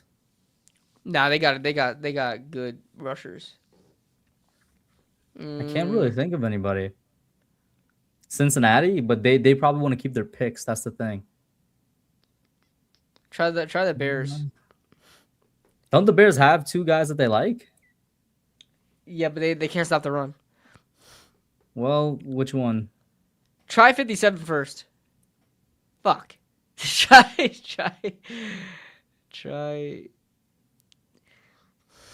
How? But no, that's some BS. So what? He's gonna go for a 5th round pick? No. Well, what is this doing? That's the post June 1st cut. It doesn't matter because we'll be trading him. So either way, it's gonna be $15 million for us. I don't know what that 46 means. And this was a 44, so aren't they equal? Am I tripping? Yeah, right. That's what I would think. All right, let's go back to Buff. Let's try for 90. Oh, but look at the cap space, minus 3.8. Maybe it's a cap space issue. Maybe Yeah, that's why it they're could be gone. that. Oh, yeah, it could be that. So look for a team with good cap space, just so we can get rid of them. We're just gonna have to go through it. Oh shit! Arizona, you need edge, bro. You need edge, buddy. Let me get pick 34. Oh shit! Look at Hey, I told you he was worth a second. I told you he was worth a second. No fucking way. I told you. What happened, Danny? Hey, Danny, what happened? What happened, Danny? What? No way that happened, bro. And guess what, chat? I can't undo it. I can't undo it. Hey, hey. So if the website is Wipe your hands clean. What's done is done. I can't listen. I offered it. I just offered it. I did not expect it to go through, okay? Keon Coleman? If you get your ass out of here. Keon Coleman is garbage. I've been saying that since before he was drafted. Pick 34? And we got 34 and 37. Let's go! Unrealistic as hell, guys, but we got it. Oh, super unrealistic. I guarantee you, whatever that third round pick for Arizona was, that Bro, would Arizona is so That's stupid. They crazy. probably would do that. I mean, Arizona is so dumb. They would do that. They can't make a good decision to save their lives. Like, let's be real. Insane. Listen, we're going to free agency. Oh yeah, we didn't do anything with any of our tenders, right? So we're just gonna skip all of them. Yeah, I mean, I don't care about any of that. All right, our pending. Wandale, you're walking. Cordell, you're walking. Jermaine, come here, buddy. Come here, buddy. I'm signing you back for 3 years. 3 years.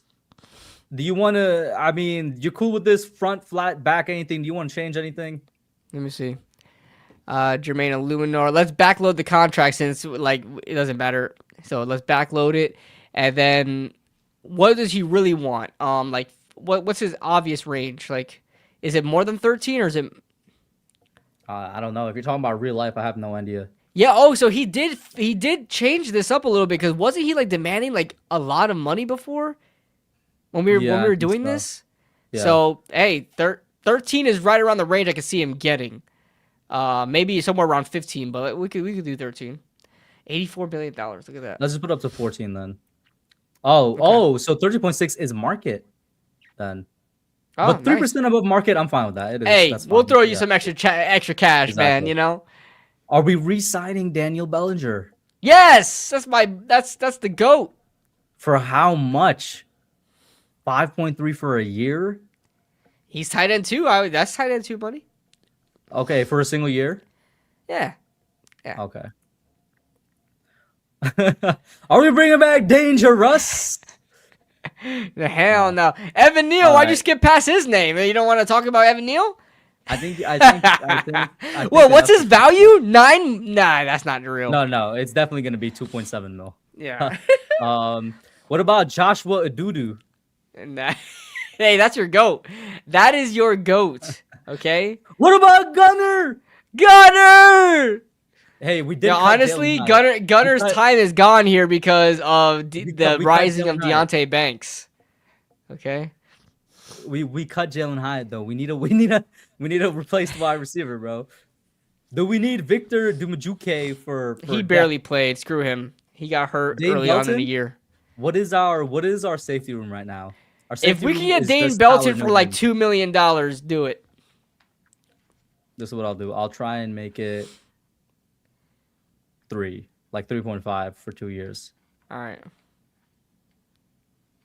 Then, yo, have a great day. Yeah, have a nice life. Ass. So our safety room is a little bit down then, right?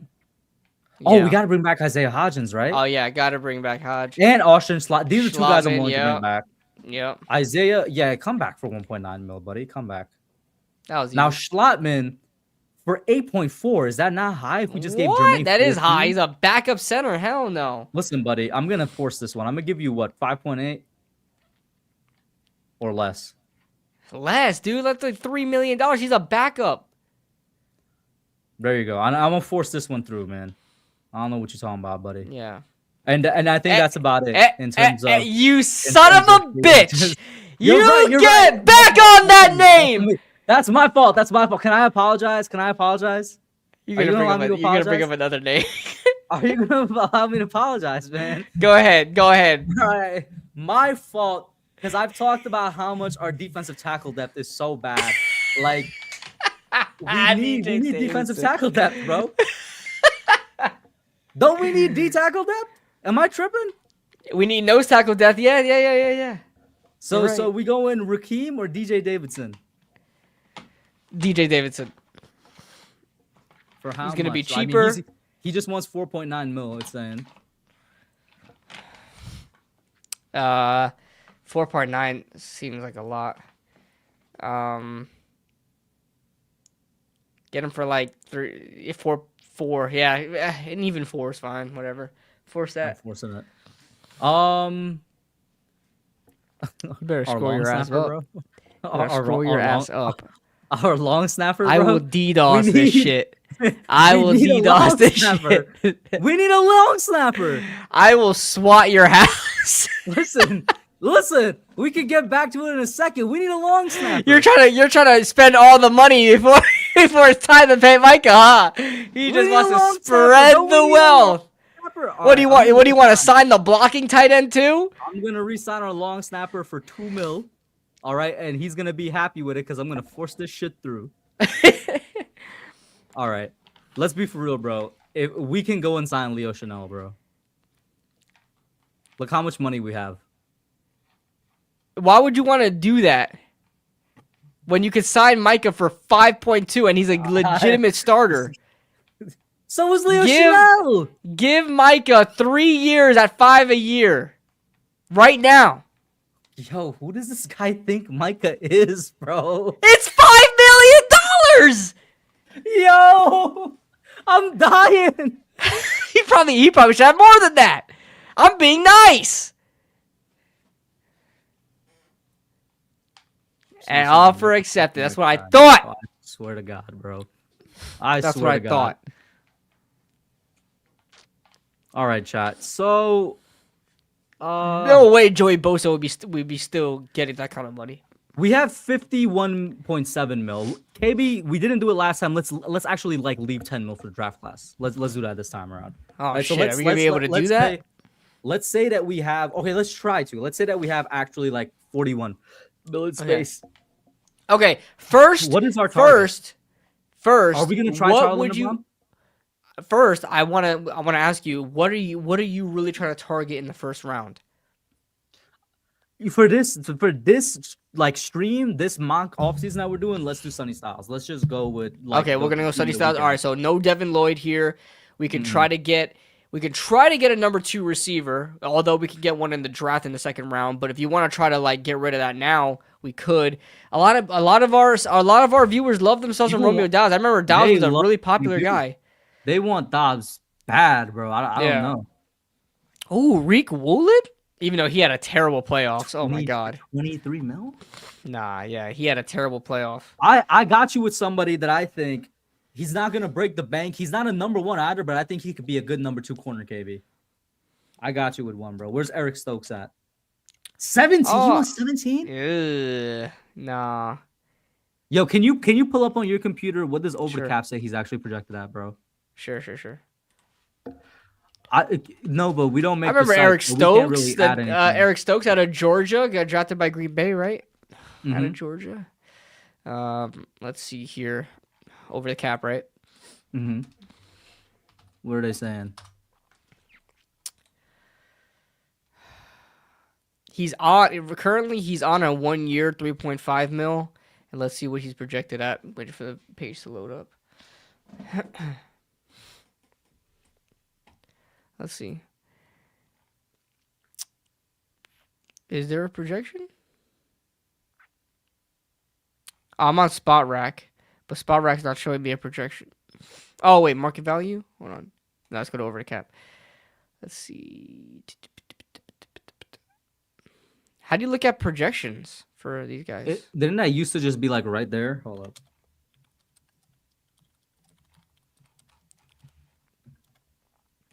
Let's see.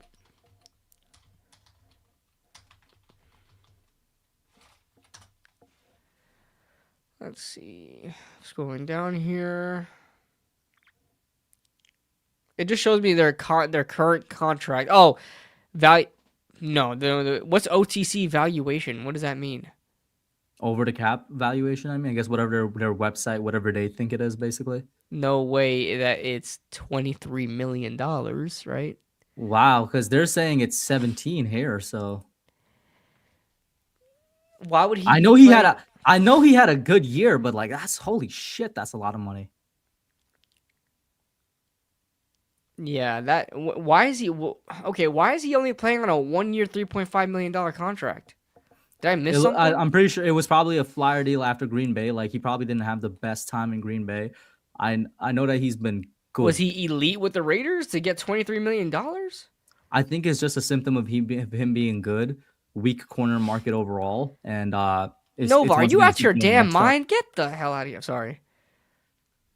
And then like he's just one of the guys that's that quote unquote like next up for the position. Yeah, no, I'm with you. I like Eric Stokes. I just don't really know what his value is right now.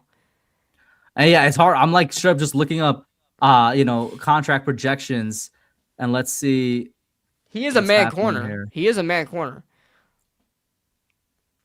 Chidobe Awuzie is terrible. Okay. What are we like? So I don't know if you guys you know like Giants Wire and how it's actually like a subdivision of like a bunch of other like team name wire websites. Jags Wire has a projection for, oh my God, what the hell is on my Twitter feed? I just clicked the wrong tab. Jags Wire has a projection for all cornerbacks in 2026 if you want to like go by that. Like the top guy, Jamel Dean, they got 2 years, 27 mil. Jalen Watson, 3 years, 45. Tariq Woolen, 3 years, 45. Asante Samuel, 1 year, 3.5. Wait a minute. Asante Samuel, 1 year, 3.5? Because he's coming back to the NFL. I think he's looking for an NFL team right now. He's also coming off like injury. He's Russell Douglas, 1 year, 6.5. Joshua Williams, 1 year, 1.25. Roger McCreary, 1 year, 3 million. Nashawn Wright, 2 years, 7 million. Monterick Brown, 1 year, 4.5 million. Trayvon Diggs, 1 year, 2 million. Eric Stokes, 2 years, 7 million. So I don't agree with that either because that's the same salary. He's still just making 3.5 mil. I don't think that's gonna happen. According to Google AI, they're saying a good range for him is 2 years, 20 million, so 10 million a year, or 3 years, 34.5 million. So that's like. Is there any other name from what I said there amongst the cornerbacks that you want to take a look at? Not really. They all sound terrible. Like I don't think Jamel Dean is terrible, but I think Jamel Dean would be too Jamel Dean's not terrible, but Jamel Dean may want some money. No, he would be making that 27 like mil. Like that's what it is. So you know what? I'll give Eric Stokes. We'll give him. So it looks like the lowest we can do is not. Let's give him 11 mil then, and we can force it. That sounds 11 mil. Know what I'm saying? We'll force it through. We got a corner 2 in Eric Stokes. Like if we just did some bullshit, y'all, I'm sorry, but I mean 17 mil is kind of crazy. I'm not gonna lie to you. So we got a corner 2. We still have need for safety. Let's see. We still need a safety, a wide receiver 2. We don't have any interior offensive linemen right now, but I think the draft is where we'll do that. Because you don't want to like re-sign even on a cheap deal. You don't want to re-sign old man. What's his name, bro? Old man Greg Van Roten. Yeah. What about Aaron Stinney? We had Aaron Stinney already. Do we re-sign him? No, we didn't re-sign him. I don't really care for Aaron Stinney, to be honest with you. Greg Van Roten didn't have a bad year, you know. Denzel Ward and Trent, bro. What money? I don't know, Steven. I don't know what team you root for or whatever, bro. Like we don't have the cap space to sign Denzel Ward or Trent McDuffie, bro. I don't know who you think we are.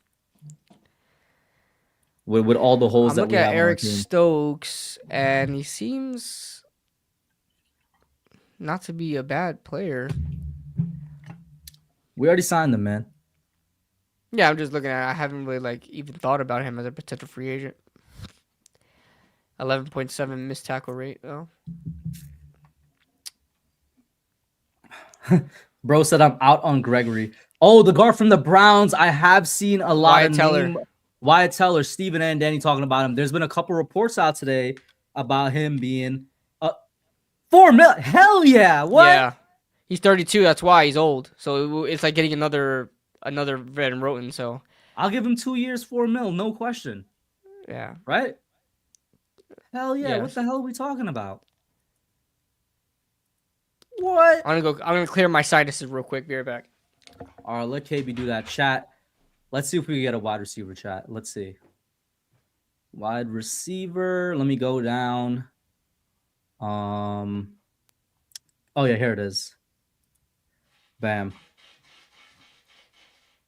Hey, yo, y'all heard that creaking and squeaking back there?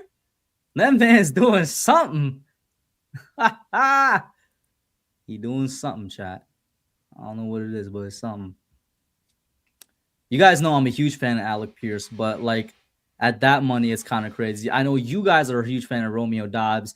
I really think this is crazy money. Like we have 36 mil left. If we sign Romeo Dobbs, we're not signing another single free agent. We're not signing another single free agent. Try and keep that in mind. That's all I'm saying.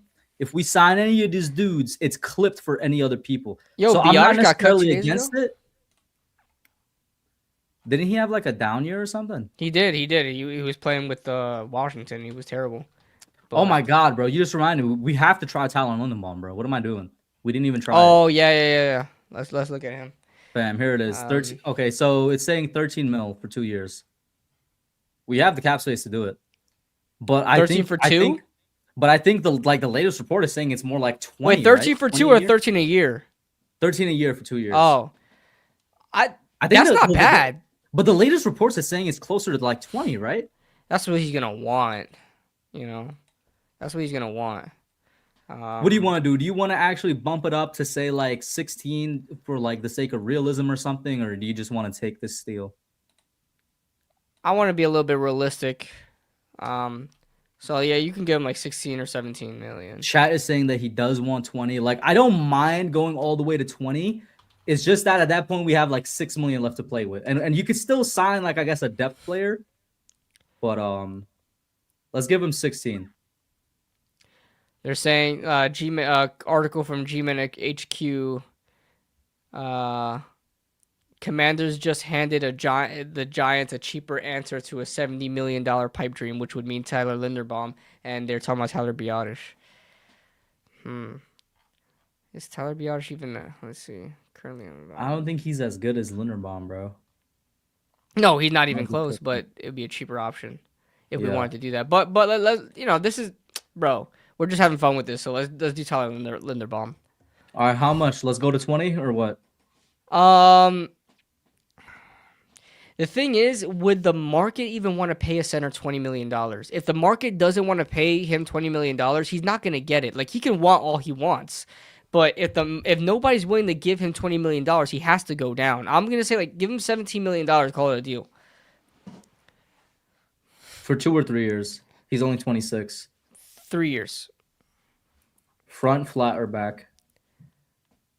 Backload it, because we may end up with some good cap space still to work with. Backload it. All right. 24. Look at that. We have 14 mil left if we want to keep that like the thing of let's try and actually have 10 mil for the draft. Got you. All right. Yeah, you're right. Wide receiver wise, I was just talking to chat. I'm like, I love Alec Pierce, and he's even out of the equation now. Chat loves Romeo Dobbs. If we sign our dudes, like we're not doing shit in terms of free agency. And Romeo Dobbs would literally take up all of our free agency money. So I don't think Mike Evans is a name. Mike Evans is retiring with the Bucks. I don't care what people say. He's I would love to sign for 10 mil. He's retiring with the Bucks. What would you guys want to see for a wide receiver, guys? Let us know. I don't mind Jalen Naylor. I don't know if 15 mil. Jalen Naylor is good. Jalen Naylor is good, but I don't know if he's a Jalen number 2. Jalen Naylor is good. He's just not a number 2 guy. He's a solid number 3. What about Hollywood Brown? That's definitely the definition of a number 2. That's definition of a number 2. Yeah, but how much are we gonna pay him? I don't want to pay him 13 mil. You don't want to pay him 13 mil? Oh no. He's too inconsistent. He drops the ball like all the time. I hear what you're saying. The thing is, we got to look at what our options are, man. Yeah. Keenan Allen is another guy. He's just going back to where he was. Oh, Christian Kirk? For 2 points, there's no way he's that cheap. What the hell? I would give him more than that. We can give him like $8 million. Kirkinator? Remember, they cut him. They released him from his contract early. So, wait, did they? No, but he got hurt. Hold on. The Kirkster? C. Kirk? Do you see Kirk? Do you remember when Stephen A. Smith called him Charlie Kirk? Yeah. Oh God. Let's see. Spot rack. Listen, bro. There's a name here that Joe Shane would love to sign. Hold That's on. Gabe Davis. You have to sign up with Spot Rack now I didn't know that. to see the rest of Christian Kirk's contract breakdowns and gain access of all Spot Rack's premium tools. Sign up today. They paywall this shit? Yo, KB, there's a name here that Joe Shane would love to sign. That's Gabriel Davis, bro. What kind of bullshit is this? How am I supposed to use this for my freaking B-roll in my videos now for contract breakdowns? What the fuck? Buddy, hear what I'm saying? Sorry, man. What happened? There's a name here that Joe Shane would love to sign, and that's Gabe Davis. Ah, fuck Gabe Davis. I don't care about him. I still think the best name here is Hollywood Brown, bro. I'm not going to No, he's not. He's not. He is. Trust me. It's him and Naylor. Like outside of these I guys, would take Jawan Jennings over Marquise Brown. Jawan Jennings is crazy. I wouldn't mind signing both of these. I wouldn't mind signing both Charlie Kirk and Jalen Tolbert, bro. I really wouldn't.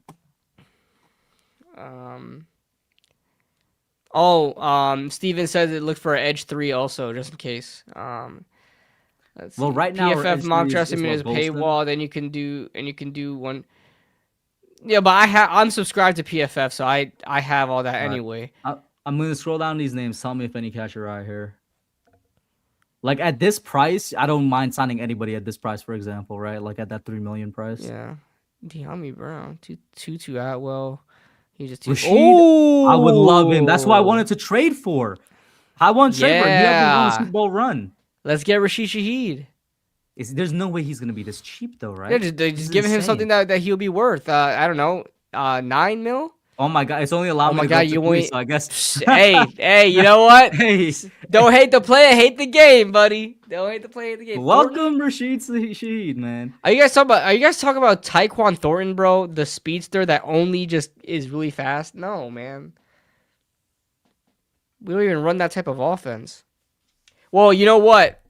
Now that we have Matt Nagy, maybe you guys are right, but I could see maybe us bringing Tyquan Thornton in, but like I don't care for him. Because I'm gonna say this, just because we got Rashid Shaheed on a cheap ass deal, I'm bringing in Tyquan Thornton. We're doing it for you guys. We're doing it for the fans. We're doing it for the fans. You guys wanted to look at Edge 3. I don't think we need to. What we actually need to look at is... Oh my God, Derek Barnett? How much is Derek Barnett asking for? He would be a great guy to set the edge. Remember when Leonard Floyd was always a guy? Like mocked to us? Yo, I would not be opposed to signing... I wouldn't either. He's only 30. I thought he was older than that. To Derek Barnett. I'm bringing him in, the fuck? Yeah. 1 year, 8.4 mil. Hell yeah, come on in, buddy. Yeah. And then that's it for free agency. We got 9.7 mil. Let's go to the draft. We do have Matt Nagy, Steven. What do you mean? Why are you asking if I'm drunk? I said I don't think Steven's a Giants fan, bro. I don't know what the hell he's on, bro.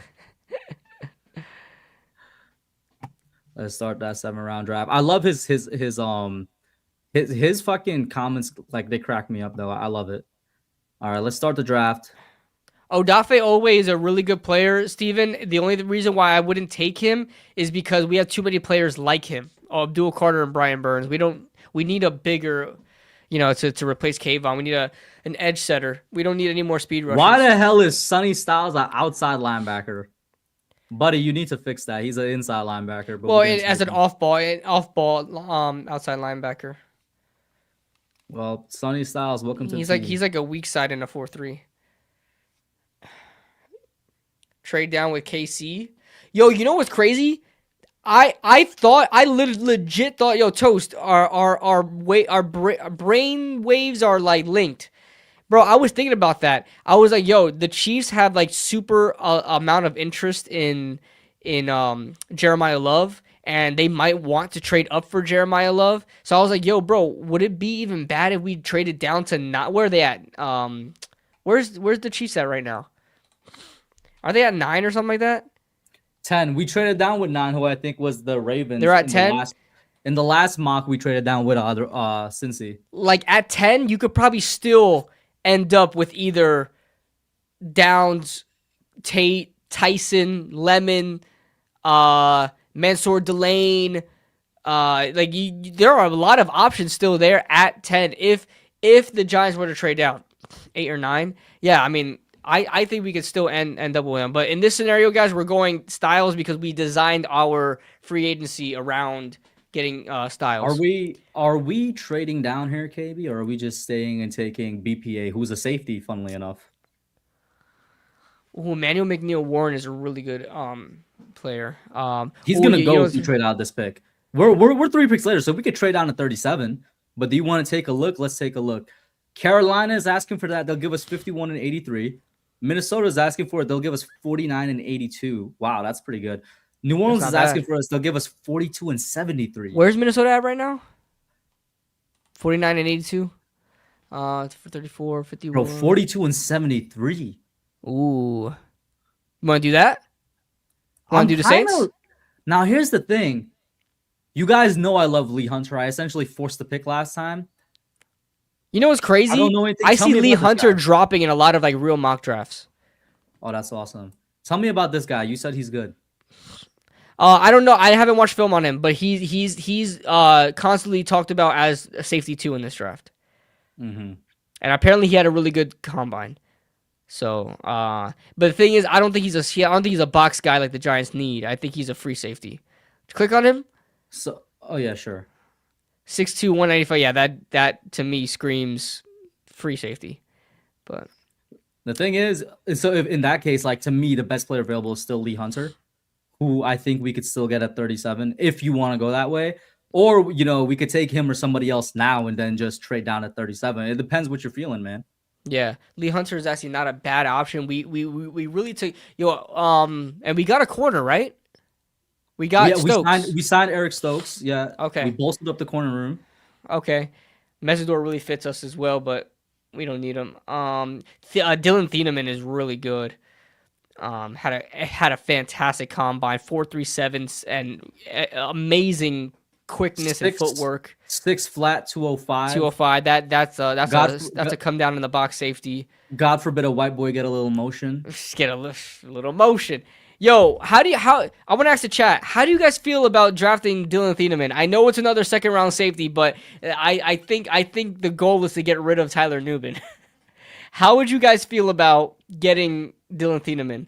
Because his tape really, I've only watched a little bit of him, haven't done an in-depth on him, but so many people I think he had a fantastic combine. I think he was one of the best safeties, best movers in that combine. He did exceptional in all those drills and ran like a 4.37 40, which is nuts for a safety that comes down and tackles in the box. Jason Sehorn worked out just fine. That's a white boy legend, all right? Yeah, white boy legend. All right, I don't know. He had so much aura that we haven't seen another white corner since like 30 years later. Didn't the Eagles just have one, bro? No, that's what I'm saying. 30 years later. Okay. So are we going Dylan or Lee, or are we trading down this pick with the Saints and then go Dylan or Lee at 37? We can go. We can wait. Y'all should suffer with Nubin. Y'all were jumping up and down for him. Whoa! No, I was not. No, I was not. I did not like Tyler Nubin. What are you guys talking about?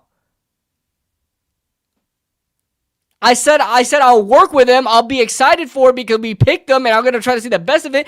If you guys heard about how I talked about Tyler Nubin prior to the draft, I never liked the guy.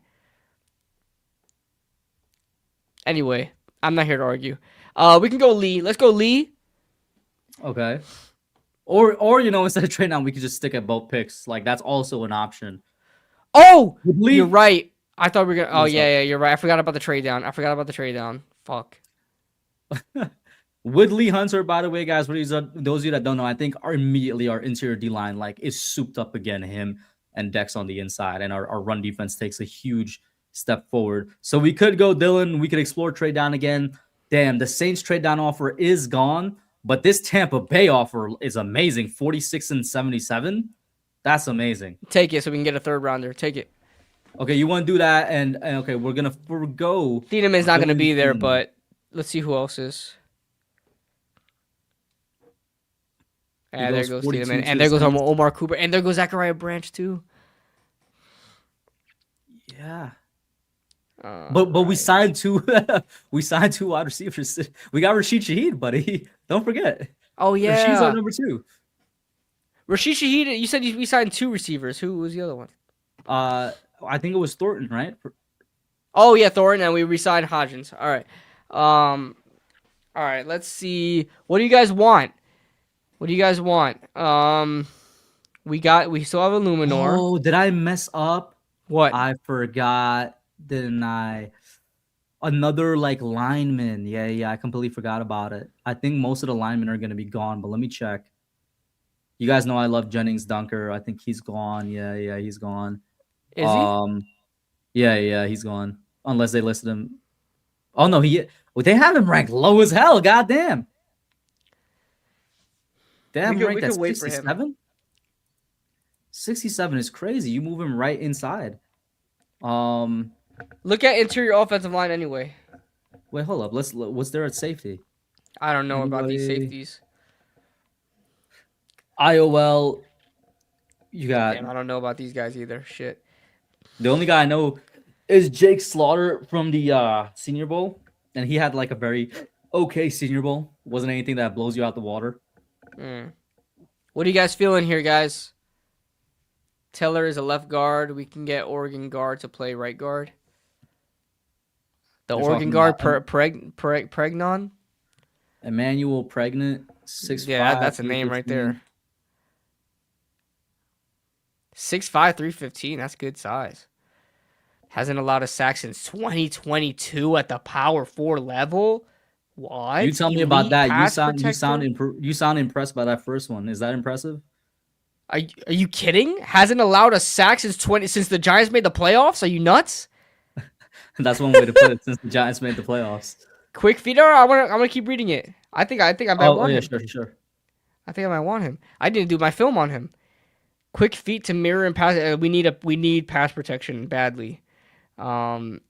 Thick frame and wide base makes him difficult to bull rush. Nice. Naturally matches power with power to cancel bull rushes. Nice. All right, let's see his negatives. Played. No, finish reading the positives. Reliable. Okay. Reliable and stout run block. Oh, so he's balanced. So he's good in the run and pass. He's not like just a liability in one of the phases. Can cover up and lift uproot targets at a point of attack. Sounds like he has good pad level then. And enforcing mentality with contact affinity. Yeah, we need a guy that's going to be a bully, a mauler. And that seems like that's what he is. NFL ready frame with full body strength and long arms. Yo, how have I not heard of this dude? Played exclusively at left guard since 2022 with limited versatility. Tends to lunge into blocks with questionable technique at times. Well, that just tells me he's a little bit over aggressive, which obviously can be coached out. But I like that he has aggressiveness because some people never do. Some hip stiffness, limits looseness and movement. Extends chest over knees in pass protection. Again, that just means you're just over aggressive. Foot speed fades quickly throughout plays.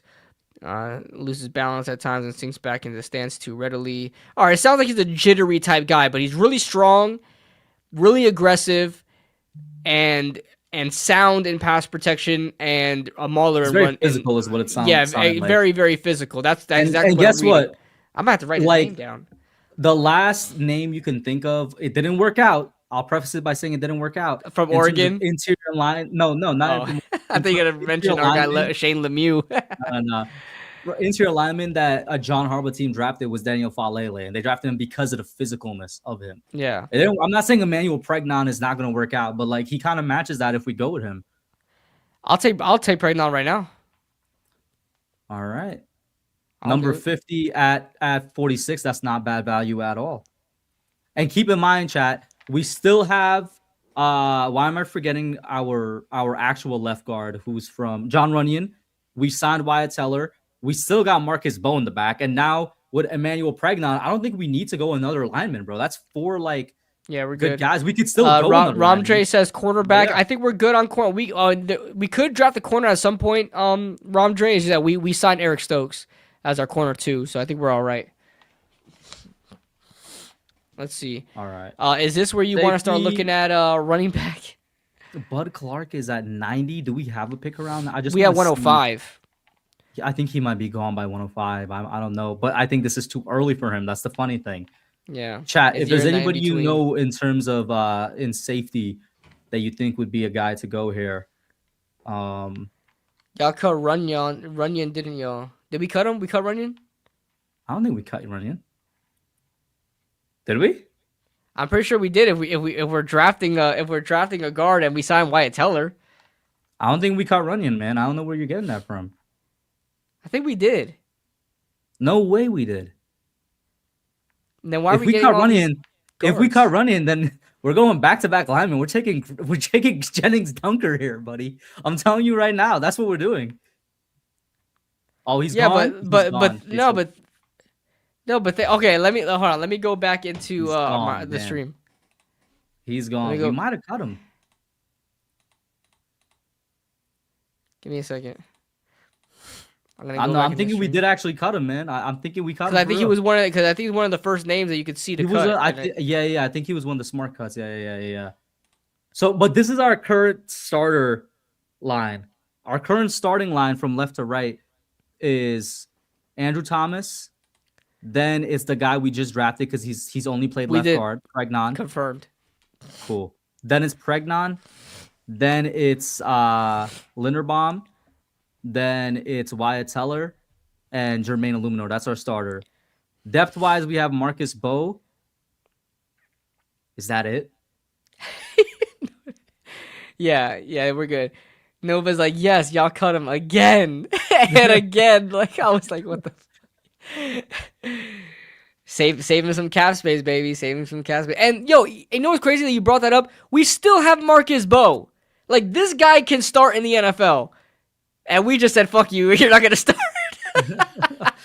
Well, Pregnon doesn't have to start, Brian. You know, he can sit. You're right. Marcus Bowe can come in at right tackle. You're right, but he's a second-round pick. He's got to start at some point. I'm not benching a second-round pick.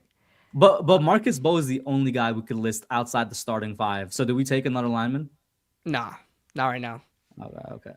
Not right now. We're good. Yeah, Bowe's a swing tackle. I'm fine with that. Dude, we also re-signed Schlottman too. So. All right, let me just go through. Let's look at. This is the OTs. Wide receiver. Slot receiver. We got Rashid Shaheed. Oh, slot receiver. Slot receiver. Deion Burks. Right there. We got our guy. You like him? Hell yeah. He's extremely explosive. Had a really good combine as well. Do you agree with these strengths and weaknesses? I haven't watched film. I haven't watched film on him to know. Okay, well then read them out loud like you did with Pregnon. Right. Read the strengths first. Elite strength metrics for receiver position.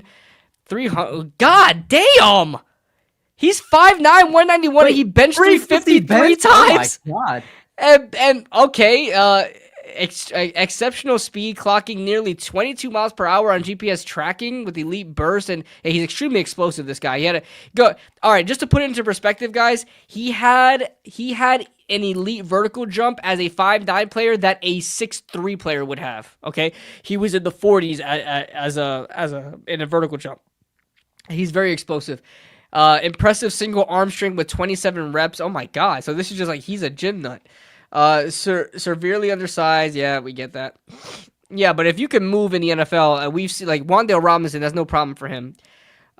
Limited production with just 15 catches for 149 yards, raises major red flags about route running hands and inability to get open. Height limitations, restrictions. So everything's he's short. I get it. Versatile weapon who can line up in the slot, work gadget plays. You forgot the functional power one. Functional power translates to the field to break tackles after the catch, win contested catches, and play bigger than his listed size. Toughness and competitive traits. Yeah, I like him. How you guys feel about Deion Burks? Burks or Ted Hurst? Somebody said Burst or Ted Hurst. Ted Eli Hurst is literally just Stowers. one. Ted Hurst is literally just one below him. 6'3", Ooh. 195. And He's a big he's guy a in little terms bit of more height. proven. Oh, but Ted Hurst is an outside guy. Oh, that 6'3", is an elite 195. contested catch rate. Holy shit. Unless we put Shaheed in the slot, but he would be a big slot. She would be a big slot, but Shaheed is so agile he could work perfectly fine. And then, What do you know guys What do you guys feel in a slot receiver like Deion Burks, or we're gonna have like a guy like Ted Hurst who's gonna be an outside guy? I guess we have Rashid Shaheed like in the slot. What are you guys feeling? I'm good with whatever. Somebody said Eli Stowers, and that is not a bad option at all because Stowers is gonna be more like just like a pure Y guy where he's gonna be in the slot. He's gonna be like a big slot. He's a tight end, but he's gonna be like a big slot. He's gonna be like Evan Neal, Evan Ingram. Eli Stowers is. He had a fantastic combine, higher bro. Insane vertical, insane. So you want to 40 keep him time. at tight end, or you want to move him to wide receiver? Or what are you saying? He can still be a tight end, but he'll be in the slot. So we're gonna have Eli Stowers, Theo Johnson, and re-sign Daniel Bellinger. Daniel Bellinger's the third tight end now, buddy. All right, man. What are you guys feeling? Ted Hurst is not a bad option. Eli Stowers. Hold on, let me look up Ted Hurst. Let me see if he's had any production in the slot as like a big slot.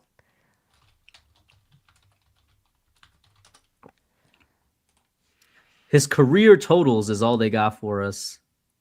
Yeah, 23 games, PFF. 124 receptions, 1,918 yards, 13 touchdowns, 70.1% catch rate. That's pretty damn good. He's That an contested outside catch guy. rate is insane. It's saying 61.1%. Under his by the way, under his strengths, it says versatility X, Y, or Z receiver. Interesting.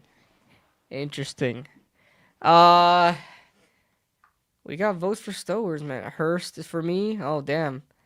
You want to poll it, or you want to we want to make a decision?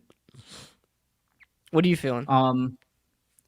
If we go with Hurst, for example, I don't think it's out of the realm of possibility to put Shaheed in. Like, Shaheed is a small guy. I think he's only like 180 or something like that, right? And Yeah. like 5'11", even though he's made his bread on the outside in the NFL. Who's that running back? We could go running back with the next pick, honestly, at 105. Or if Bud Clark is still there, I'm taking Bud Clark. I was just reading the chat. Toast says who's that running back? I don't know if I'm going Stowers, man, because we have that quote unquote wide receiver at tight end in Theo Johnson. Like, I'm tired. You're right, because they put Theo in the Giants. slot. I'm put really Theo in tired the of the Giants drafting tight ends like that. All right, I'll be good with Ted Hurst. I'll be good with Hurst. Over Deion Burks. Yeah, because Ted Hurst has that versatility as a big slot, and also his contested catch is like ridiculous. So that is an insane contested catch ability. All right, I'm gonna keep my eye on Bud Clark because if he's there at 105, I'm taking him. Oh, he just fucking went. All right. Wait, who was it? Who was it you keeping track of? Bud Clark. We're never getting him, bro, because we're not around where he's going, which is pick 90. All right, 105. Oh, Kalen Rutledge is here still? We could just freaking Dave Gettleman and Hog Molly it up with another lineman pick. I like Kalen Rutledge, and this pick is like exactly where I think he would go, like around the 4th roundish. If he's a Georgia Tech guy, I'm thinking run blocker, right? Well, here you go, buddy. Here's your pros and cons. 0 sacks allowed and 801 snaps in 2025. Top 10 nationally in overall run and pass blocking, heavy hands and anchors, strength play at NFL caliber, back-to-back first-team All-American, plays through whistle and finishing mentality, multi-sport athlete, brace and anchor on command against bull rush, solid burst and movement skills on the move, overcame severe foot injury from a car accident. Leverage can be an issue with stronger players, plays upright. All right, so he has a pad leveling problems. Doesn't always initiate first contact, so that shows not very aggressive. Footwork still in development. For a 4th round pick after you finish, what are you thinking? Not bad, but I feel like we have enough in the offensive line. That's we have fine. Wyatt. That's fine. Yeah, I feel like we have Wyatt Teller. We just drafted another interior player, and we have Marcus Bowe. I mean, I think it's a little bit overkill.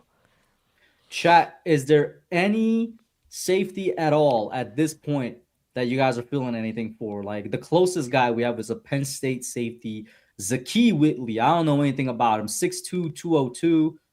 KB, go ahead, man. We got you on the reading rainbow today. What are you thinking about Reading these strengths? Rainbow. What do you think about Here these we strengths and go. weaknesses, man? Here we go. Always around the football with elite instincts and both the run and the pass. We need that a lot. Single high ability paired with elite range to cover ground as a center fielder. But if he's a center fielder, we may not need him. Locates the ball in run game and triggers downhill. Okay, well, that means he could play in the box. Natural athleticism to mirror quarterbacks and break on throws, making dangerous on sideline throws. Long arms makes for good pass breakups and wrap up tackles. Good ball skills from his high school receiver days. Quick downhill trigger from reaction time to acceleration. That's not bad. Tackling technique when wrapping up result in falling around ankles instead of driving. I mean, we see, and that's not too much of a big deal for me, like tackling technique, because we've seen so many players come out of college that don't know how to freaking tackle, but they learn how to tackle in the NFL. Aggression to trigger downhill on play fakes makes him susceptible to double moves or deep shots. Okay. Yeah, but he's a safety. He's not a corner, so I don't care about that. Needs to play more physically against tight ends and man coverage. Slender build for the safety position. Lacks hit power. Needs to get stronger to take. And okay, so play strength is an issue for him. Play strength is an issue. That's Tyler Newman. That last one, takes that's Tyler Newman. angles and pursue. Oh, yeah. He may not be a good fit for us. The freaking angles. Tyler Newman's going to be teaching him how to make angles. Next guy is all the way at 132. I think like that's just too far. And I think our next pick we is have like a DT, Danny. 143. So we have a DT, Danny. So I'm not really looking at. I know some people have said edge. I don't really think edge is. I get why they're saying it because Kayvon got traded. We still have Chauncey Golston as that edge 3, I guess. I don't really see the need for it here. Did we not sign Derek Barnett as well? Oh yeah, we did. What am I? I forget. We had a good free agency. Holy shit. I'm not gonna lie. We kind of cooked, right? We kind of cooked. A good free agency. I can't wait to see the summary because we kind of cooked, guys. We got Zane Durant. Oh, I like Zane Durant, but we got a DT, guys. We got Lee Hunter, guys. We got one of the best DTs in the entire class. I'm not gonna hold you, bro. I'm looking Kalen Rutledge right now. Unless I don't know, is there a freaking running back? Oh my God, Katron Allen. Didn't you want a running back? Oh my God, Mike Washington. Mike Washington, bro. What are you talking about? Let's go, Mike Washington. Yeah, we're going Mike Washington. Hey, my boy was crying in the draft. He put up a 4.3. What was that? 4.33 or something like that. That's exactly what you want. That's hell yeah. I wanted a speedster running back. I can't believe Nick Singleton is still available. That's nuts.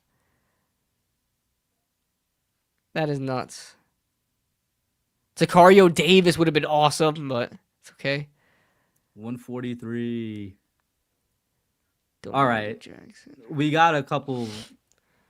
Like guys, is Domani Jackson still good? I mean, I thought he was talked about as being a really good guy, a really good player, and now he's all the way in the 5th round. All right, KB, I know you say we need a box safety, but this guy is probably saying the best ball hawk safety in the draft. Who's our ball hawk? Javon Holland? Because it can't be Tyler Newman. Yeah. No, hell no. 5'11", 205 is exactly the measurables of Caleb Downs, so it doesn't mean he's not a box safety. Elite ball hawking, game-changing instincts, 96.5 PFF grade? What the fuck? That is hard to get. It's hard to get a 90 in PFF. That's for the whole year. Oh, wait, week 1. Highest among P4 safety week 1. Oh, okay. So he posted up a 96.5 PFF. I'm about to say, if you posted that for the whole year, I'm surprised you're not a first-round prospect. Pick 6 in USC debut, 2 interceptions. Oh, yeah, so he's definitely a guy to pick the ball off. National Team of the Week selection, cover space effectively, consistent tackler, flips momentum with turnovers. Former quarterback background enhances anticipation. Veteran-like immediate impact per Lincoln Riley. Undersized, yeah, but I mean Caleb Downs is undersized too. Transfer only 1 season at USC. Small sample of elite production. Yeah, but this is the 5th round. Who cares about elite production? Exactly. I might just take a flyer on him, bro. Yeah. Let's do it. Somebody else. We could do that. We have another pick not too long from here. I don't think either. As long as we got a guy with good instincts. Cage Casey, shout out to Boise State. Cage Casey, it's my right tackle.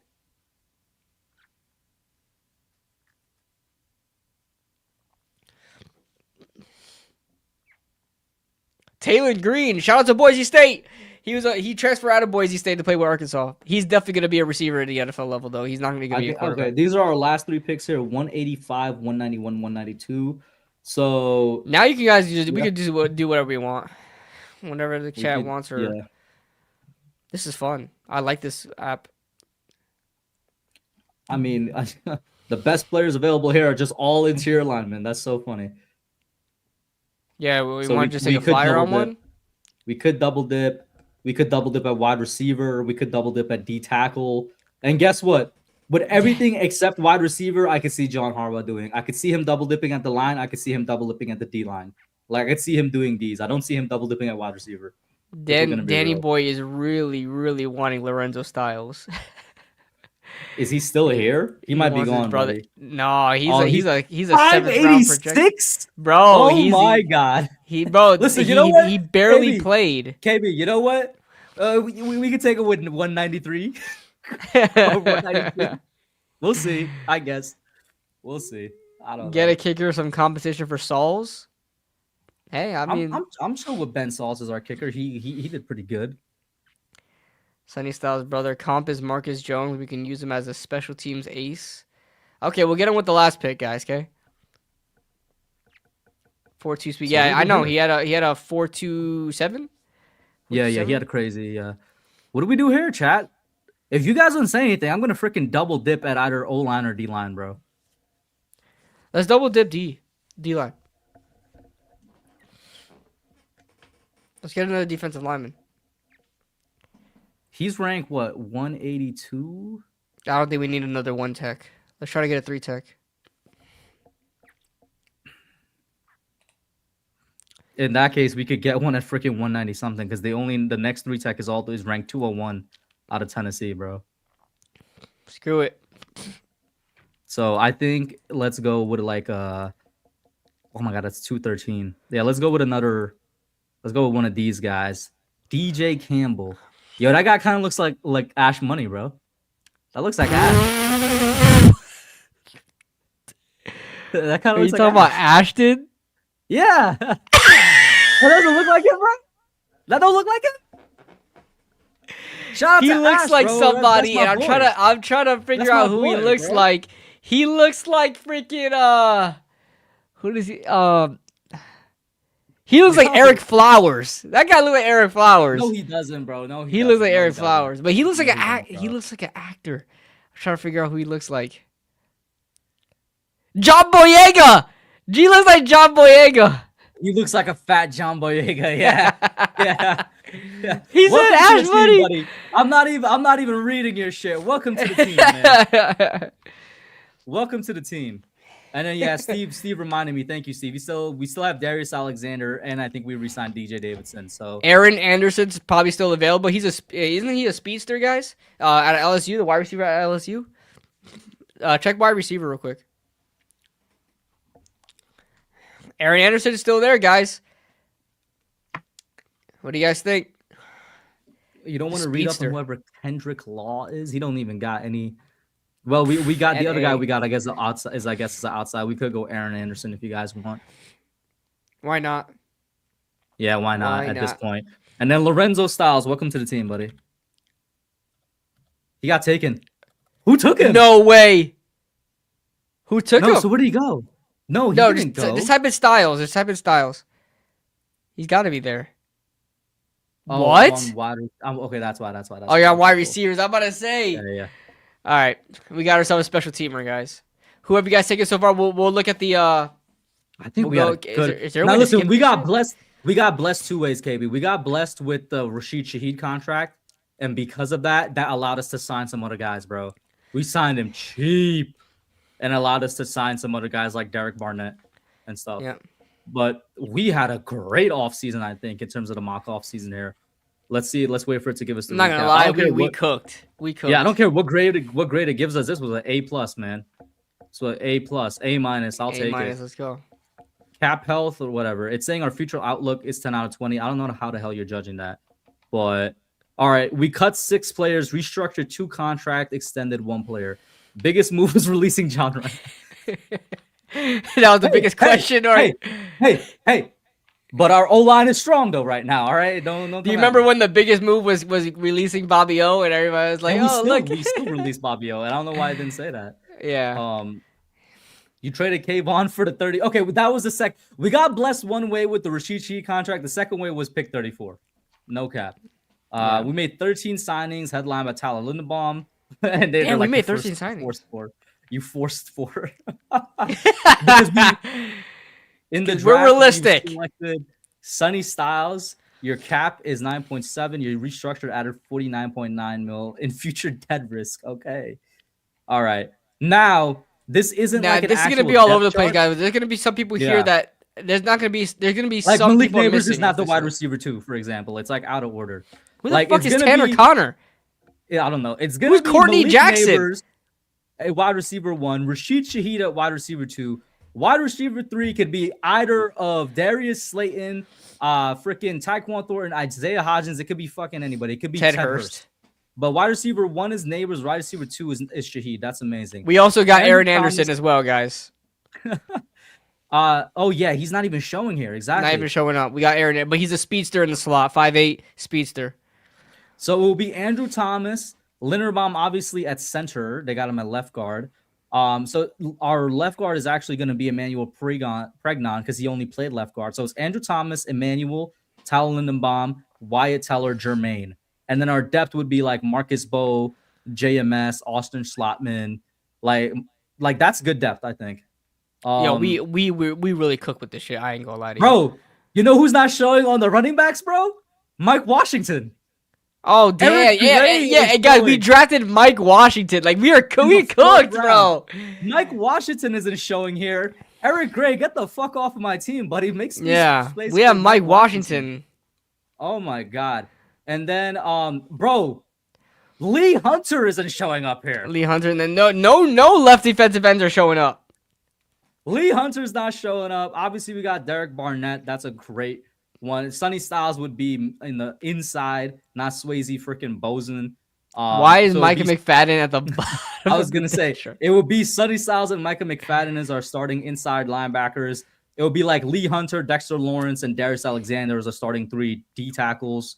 And then obviously Brian Burns and freaking Abdul Carter is all the way over here. It'll be Brian Burns and Abdul Carter as our starting edges. Paulson Adebo and Eric Stokes as our 2 outside guys. I don't know who's going to be our number 3. Andrew Phillips, I'm thinking. Yeah, Andrew Phillips is our safety. Slot. Yeah, free safety, Javon Holland. I guess Tyler Lubin would still have it. Bishop Fitzgerald will try and compete.